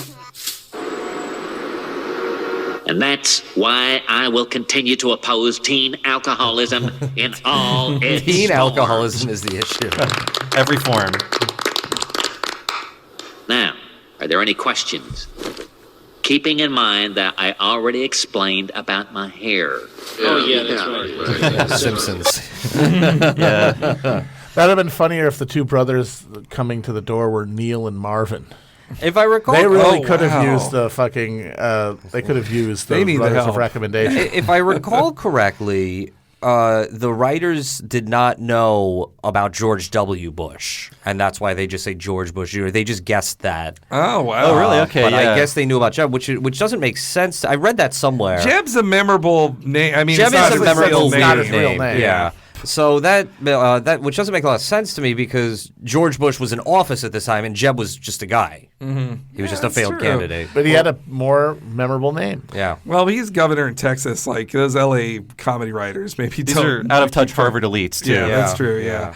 No, it is a very Harvard show. But the rainbow wig gluing thing, that's a pretty good prank. I gotta say, it's a very inventive prank to do to him. Of just that he could have colored over it. There were many things he could have done, but he just cut it down somewhat. Well, he had to condemn teen alcoholism in all of its forms. Well, that Elks Club paid him a lot of money for that speech. Now, that's how much money could an Elks Club really get to pay a president? They can't have that much. I think this is the good old days when presidents were just rich blue bloods. They didn't have to make a ton of money after office by selling their speeches for huge money. Really? Innocent. He was old money. He didn't need those appearance fees. Though Nixon needed the money. Nixon was broke as hell. I'm gonna go and talk to these shitty old ladies. That's why. That's why how Frost Nixon came about. It's the only reason he agreed to do that, even though it was a terrible decision on his part. Well, I mean, he was kind of done for it. Well, that's true. Just get that money. His pranks have gotten much more cruder now, and he's now just spinning donuts on the Simpsons lawn. I like Marge's. One of my favorite just cutaway gags, or I guess that's not a cutaway, just visual gag. Yeah, just like a smash cut to him just spinning donuts. I like Marge's positive interpretation. Maybe he's lost. Like I think he's lost. He's not lost. He's not lost. I love that. Yeah, and then they must have those locusts ready for it. But I think it's part of like the little bastard like monthly loot box or whatever that Bart gets in the mail. That should be a joke. Simpsons writers, if you're listening to it on here, do a no. That was depressing. That's the kind of joke they do on Simpsons now. They have to pay us for it though. They just did a retconning of continuity episode just now of like the taking place when Bart was a kid and they were in the apartments. They were living together in the apartment episode. Well, Bart was born in 2007, as we all know. Yes, yeah. From continuity. So that's during the heady Obama years? I guess so. Right before that, yeah. Well, they did that 90s show where they just exist in the 90s. So wait, what are the cultural signifiers for this one? I will admit I am shitting on it without having watched it. So all right, well we're gonna have just to assume it's bad. We're gonna have to watch this later, Matt. Please forgive our ignorance, but yes, I guess the final plot is to release locusts in the Bush house via the sewers, as they learn in the Prankster's Bible. Yes, the Bible, aka the Prankster's Bible. Can't decide if this will be considered feisty or crazy. Hey, what the? Oh, if he thinks George Bush will stay out of the sewer, he doesn't know George Bush. Doesn't know. Ask Lee Atwater. Hey, turkey's behind you. For the last time, Bush, apologize for spanking my boy. Never. You make him apologize for destroying my memoirs. You didn't tell me you destroyed his memoirs. Never! Is him saying that George Bush wouldn't go to the sewer? Is that? I wonder if that's like a Willie Horton reference. Yeah, that's Lee Atwater all the way. Mm-hmm. That Willie Horton ad for listeners, like it's one of the most racist things ever in campaign. Previously parodied. It was some spicy gumbo. Yeah. Oh yeah, Sideshow Bob Roberts parodied it. Yeah, the conveyor. Sorry, the escalator. Supports revolving door prison. Even let out attempted murderer. Sideshow Bob. And this is also when, like, as a kid, it flew over my head that he had CIA training. Like, I didn't know that about him. Yeah, I didn't know he that. Have CIA training. He was CIA director in the 70s. I bet he probably could not do. He didn't actually have anything close to training. No. It's actually kind of interesting because at the time it was considered to poison chalice because this is in the aftermath of the Rockefeller Commission and all the investigations of what the CIA had done in the 60s and 70s in terms of assassinations and whatnot.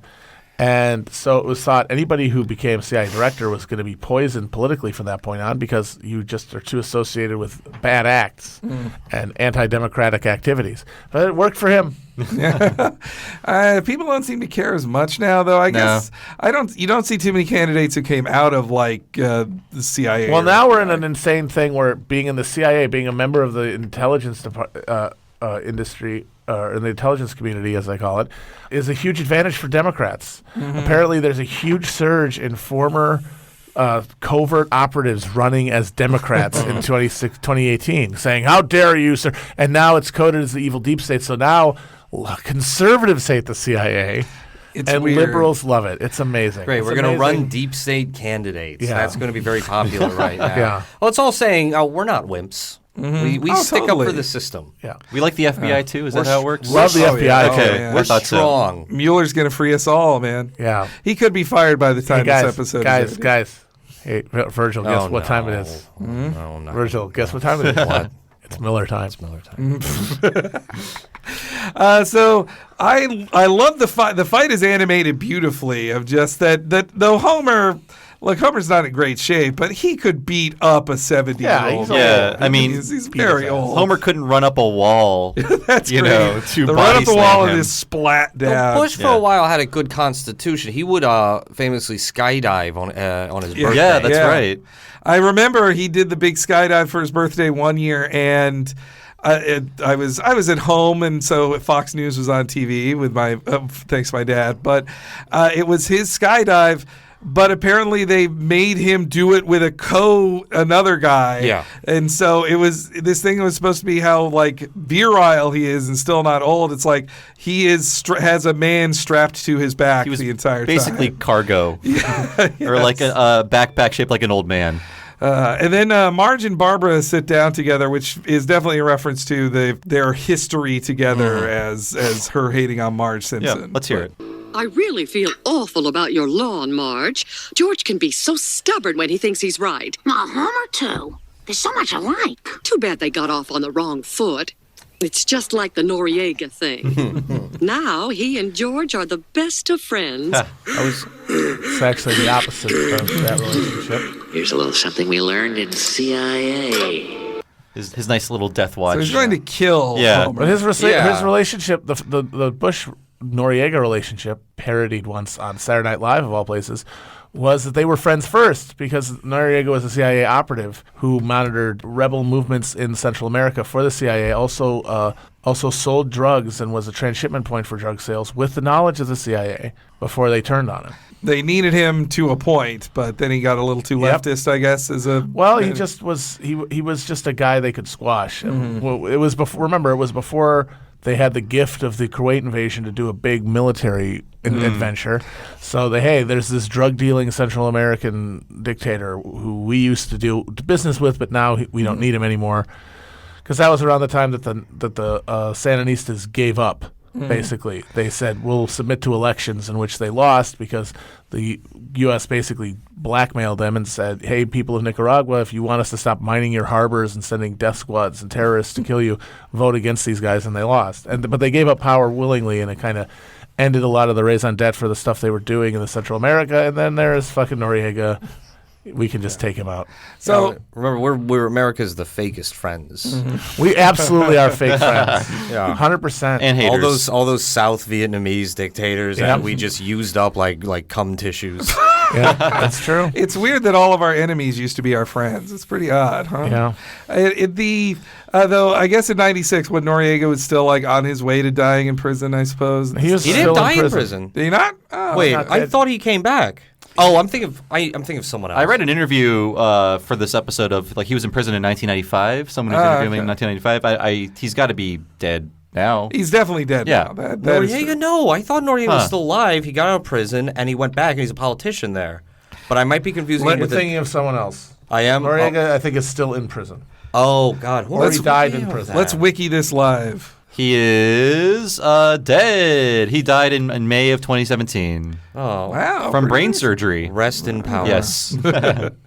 So then Bart throws the locust at him, and there's a weird bit of animation of when Bart says, get him, boys, is he supposed to be doing a wink? I don't know what the intent was there. It's a sassy wink to his locusts. Maybe. Get him, boys. And the locusts, they are loyal to Bart. They only attack Bush. You would think loosing a box of locusts in an enclosed space like the sewer would attack all of them. Or they just fly everywhere. And yeah, exactly. That'd be the end of it. But instead, they just bedevil George Bush. Yes. I do like, we skipped over, I do like how Homer considers God's curses to be pranks on people. Yeah. One of the many pranks of God. But also, I really love Mikhail Gorbachev just being quietly disappointed in Bush in this scene. You are arguing with the local off. I'll ruin you like a Japanese banquet. I'll take your head and... Gorbachev, what are you doing here? I just dropped by with present for warming of house. Instead, find you grappling with local off. Oh, brought some of your commie friends to help you fight dirty, eh? Mikhail, they put a wig on my head. My memoirs... George, this is the last straw. You apologize to Homer right now. But, Bar, We can't show any weakness in front of the Russians. George. Yes, dear. Ну, знай, кто начальник здесь. Okay. I'm sorry I spanked your boy, Homer. Woohoo! In your face, Bush! Now apologize for the tax hike. So a lot of Bush lore in there. So Rooney Like a Japanese Banquet, that's when he threw up on the Prime Minister. He did. Yes. Was that broccoli related, or the broccoli was a different broccoli thing? was a different Yeah, I thought that so. was just the thing he didn't like. But it was like sushi. He was sick. He was I sick, thought. yeah. He was just under the weather and forcing himself to have that banquet. Again, that's another thing making him look weak, definitely throwing up on the Prime Minister of Japan. But the tax hike thing was a big deal. Oh, yeah. That's all. It was such a big deal that they made a joke about it on Tiny Toons. Yeah. Which they could count on 10-year-olds knowing, read my lips, no new taxes. Yeah, well, that's why you don't say something like, read my lips, no new taxes. You don't say absolutes like that. And that was like one of the Mad magazine fold-ins I had for one of the first Mads I bought. It was like you folded it, you would see what the lips actually said once you folded it in. Well, he had to say that, though, because conservatives didn't like him. Yeah, they didn't trust him. Believed they thought he would just abandon Reaganomics when he got into office, and they assumed he was just like a Rockefeller type Republican who would raise taxes. And like that anti-tax movement was a relatively recent thing that, if I recall correctly, emerged out of the 70s, probably Southern California, I assume, where all the toxic ideas have come. It really was. No, suburban reactionary culture was birthed in the bedroom communities of Orange County. And they passed that the Jarvis Prop 13. Yeah, Prop 13, and they passed they got balanced budget amendments in state houses throughout the country, and they sent Reagan to the fucking White House. And that's really the thing, I think the reason why there's no satirical edge here is that nobody hates Bush, George H.W. Bush. He was irrelevant. In 1995 or 6, if you're a liberal, you hate Bob Dole, you hate Newt Gingrich, and you hate Ronald Reagan. And maybe you're still talking about Nixon, but he's obviously old news. Bush is just like a has-been. He's an appendix. It's the Reagan-Bush years. Yeah, that's true. He's lucky if they say Reagan-Bush years. When the Sideshow Bob Roberts episode, they do a gag of that of Sideshow Bob calling into Birch Barlow like, some people see that Republicans aren't Johnny Bible thumpers or, God forbid, George Bushes. Yeah. I was looking up information on this, and I saw that George Bush was honored in 2014 for the tax hike, for sticking to his principles. I was like, I had to read through it to make sure it was not an Andy Borowitz column. Like, this is not funny, but it's also like 2% removed from reality, so it must be Andy Borowitz, but it wasn't. There was a time when conservative orthodoxy on money and on taxes was that you could not. It was worse to have a deficit than it was to have high taxes. So if you need to raise taxes to cover deficits, you do it. Now Reagan started it, but now they've all absorbed the orthodoxy. Deficits have no bearing whatsoever, except when Democrats are in office, and then you criticize them for spending too much. But I heard the New York Times told me in an opinion page that Paul Ryan is a deficit hog. Is this not true? Does he not believe in that? Limbaugh's another one you would hate in that period. Oh, you'd hate Rush And Limbaugh. he was a way more consequential person than George Yeah, H.W. he was a Bush. loser. He was just he's the Mitt Romney, basically. Buchanan and Limbaugh, and to a lesser extent Gingrich, they forged the path to what became Trump. Yeah. And George H.W. Bush was an aberration, really. He's the last gasp of the Eastern establishment. Yeah, though that makes it even weirder that the W administration was like the sequel. Like his staff was so many HW folks like Cheney and others. Rumsfeld, right? Rumsfeld was in the Ford cabinet. Okay. Yeah. But Cheney, Powell, yeah. Oh yeah, Brett Powell, Scowcroft. But those guys didn't really get the chance to let their hair loose until his son was in the White House. Yeah, anyway, so they leave town. They get the Bushes give up. They can't stand it anymore. I love my favorite shot. I love Homer punching Bush in the face. That's a great little still. It's so quick though. I feel like they were afraid of we can't is this stay illegal? on this too long of Homer punching the president. It's not illegal. He's not the king of Thailand. His Majesty. And then we get the last gag here, which until he passed away in 2006, I like to imagine that Gerald Ford lived in Springfield. Me too. Time.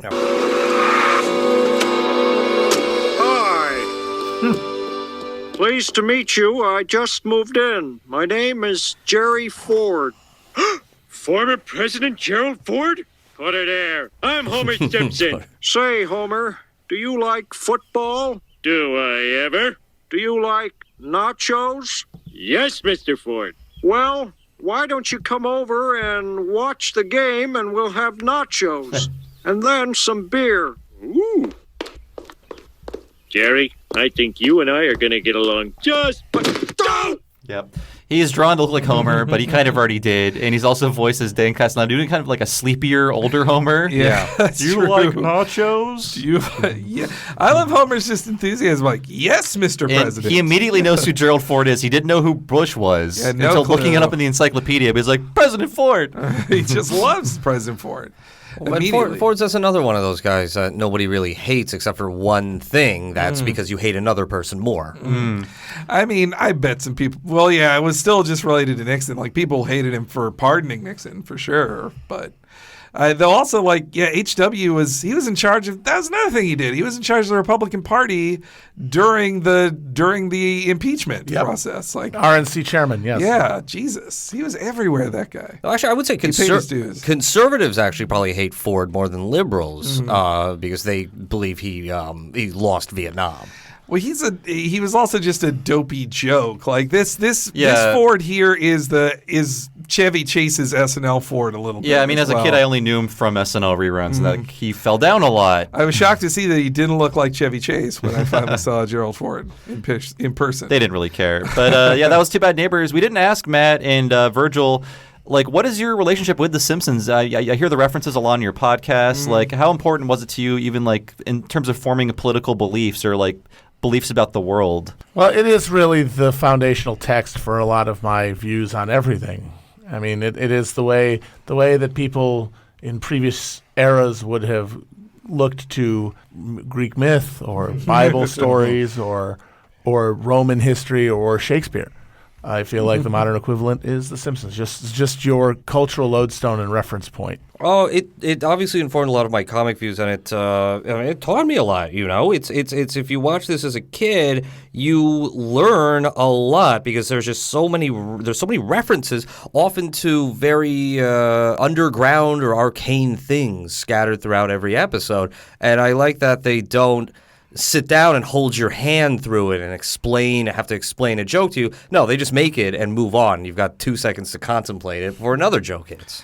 They don't explain things like Grover Cleveland had 2 non-consecutive presidential terms. They just give you enough of a reference that if you're smart, you get it. Yeah, and I don't even have to get it because as a kid, after I watched that, I'm like, oh, okay, yeah, Grover Cleveland, 2 non-consecutive terms. And I just know I have this piece of knowledge. Did you guys fall off? I hear seasons 9, 10, that's usually the fall off for folks as a regular viewer. Yeah, I tried to hold on for a bit, and I kind of gave up the ghost around season 12. When it was just, these are just not getting any better. It's it really was like watching a beloved grandparent descend into dementia.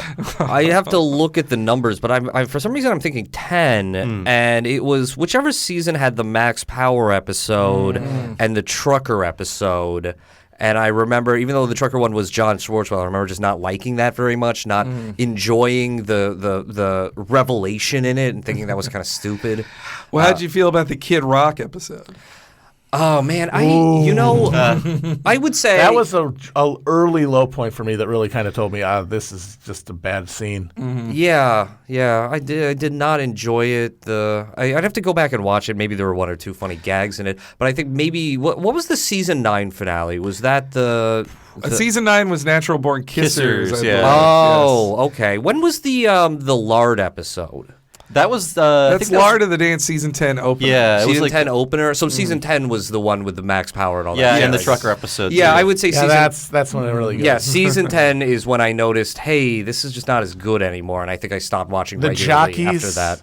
The horse. Oh, and the yes, jockeys. Yeah. Who are all magical elves. It's like I don't even know what your comic perspective is here. What are you trying to tell me? I think they're telling you that like we're sick of writing this. Yeah. And that we don't want to do this. And you are a comic book guy and you suck. Yeah, You're the fan. If you don't like this, you're a comic book guy and you suck. Yes. I mean, I would prefer that Magical Jockeys episode to a recent one they did about like seriously SJWs on campuses. Oh, I gotta see this. Yeah. Was that the one where Lisa befriends a Republican? No, this is the one where so it's about Yale. Burns goes back to his alma mater, Yale. Oh, God, and I'm loving this already. He is shocked to find out that it's full of a bunch of overly sensitive PC students who are more akin to robots than thinking free thought folks. Oh, when was the Trash episode? Trash the Titans. Season 9. I think so. Okay, 9 was like the last hurrah. Episode 200, yeah. Okay, so briefly, I know we've gone pretty long here, but we had a funny story. When we were in L.A., we had the opportunity to go to a Simpsons table read. Whoa! And it was very, very cool. That's awesome. You know? Yeah, I and saw your tweets. Yeah, the performers were there, the voice actors were there. Almost all of them were there. Wait, was Harry Shearer there?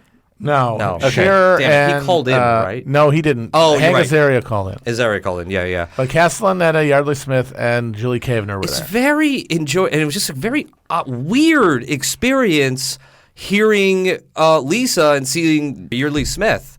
And though I have to say, Yeardley Smith, I think she's the only one who's been pretty much consistent the entire time. Everyone's voices kind of changed a little bit over the years. Homer got a little goofier. Marge is croakier now. Yeah, they all sound. They're all. I mean, Skinner sounds real old now. Yeah, I mean, Mr. Burns now sounds like an authentic old man instead of a 45-year-old man playing an old man. So what was surprising me was Matt Groening was there, and I thought he was like an absentee landlord just cashing checks for this. He was there. He talked to Amber briefly, apparently. I didn't want to bug him. I mean, I guess they're all here to work. There's a contractual requirement, so I didn't want to make a faux pas, like bug him for a photo or something. That would have been fun. We actually just podcasted with Dana Gould, and he told us cool. like Matt Groening is there almost every day, still watching over the show, doing stuff for the show. Convinced that it's as good as it ever was. Well, he's why? Because he had assholes in Usenet telling him that classic episodes were terrible. So why should he care what current nerds say? That's why we never listen to our fans. Never. They don't know what they want. Do it. Don't do it. He's got a new show coming on anyway, so he'll be off the Simpsons. Bill Oakley, I believe, is working on that. Disenchantment. We were. Maybe that's good. I don't know. It's an interesting idea. We'll see. It just sounds like it sounds like Futurama, but for fantasy. Yeah, which is fine. That's not a bad premise. Yeah. We were invited, by the way, briefly by Tom Gamble. I wondered who invited Tom Gamble, and he wasn't there. He got sick. So I got stuck with Max Pross. Loser. Yeah, was he a listener? Is Tom Gamble like a fan? He was. This goes into a longer story. Long and the short of it is, our manager put me and Felix in touch with him about an unrelated project. And he was just a nice guy, and we had the opportunity. He was in New York, happened to be in New York at the time, and so we met him in Grand Central, just talked to him for a while. Just the nicest guy. And this is funny. While we were talking, and we're just in like the basement of Grand Central, which is a big food area, this old man sitting next to us turned out to be the guy, the creator of Zippy the Pinhead. Wow! Out of all that. That is very. And I told him, this is like being in a Learn to Draw episode. That's amazing. So thank you, Matt and Virgil, for being with us for so long. We went long, but this was a lot of fun. Yeah, thanks for having us. Plug everything you do. Like, we're big fans of your podcast. I am going to pre-order your book tonight. Ooh, I already have it on Amazon pre-order. Yeah, so I beat you to that. I'm a bigger fan. Well, buy the book. The book's going to be phenomenal. It's going to be gangbusters, folks. That is the Japo Guide to Revolution. You can get it on Amazon, Powell's, Barnes & Noble, pretty much anywhere that does pre-sales, and hopefully at your local independent bookstore. We solicited a list of independent bookstores, and we got a hell of a lot of responses, so hopefully they'll be selling them there. But you know what? The best advice is don't delay. You should try Revolution Books in Berkeley. I think Chuds tried to shut it down or set it on fire or something. They keep showing up there. They were going to be at every one of Bob Avakian's bookstores. So look for that. I gotta say, I'm a big fan of Chapo, especially lately. I cannot stop doing the Jordan Peterson voice. We've been doing that a lot, back and forth to each other. You were young men seeking to become heroic dragon slayers. We got to get him next. Individualism. Let me tell you about when The Simpsons starts to become SJW propaganda. Where can we find you guys on Twitter, too? I'm at Cushbomb. At Virgil, Texas. And as for us, I'm Bob Mackey, one of your hosts. You can find me on Twitter as Bob Servo. My other podcast is Retronauts, a classic gaming podcast. Go to retronauts.com or look for Retronauts in your podcast machine to find it. And we're supported by Patreon. Henry can tell us a tiny bit about how to support us and how to find all the rest of our shows. Yeah, we're supported on patreon.com/Talking Simpsons, where you will find every episode of this a week early and ad-free, along with our Talking Futurama, Talking Critic exclusives, and tons more cool stuff, including our related podcast, What a Cartoon, where we go through a different cartoon each week in the same style. So give that a listen, folks. Yes. And thanks again, guys. Yeah, thanks again for joining us. We'll see everyone else next week for scenes from the class struggle in Springfield. I like that one. I like it as an adult more than as a kid. Oh yeah, that was our reception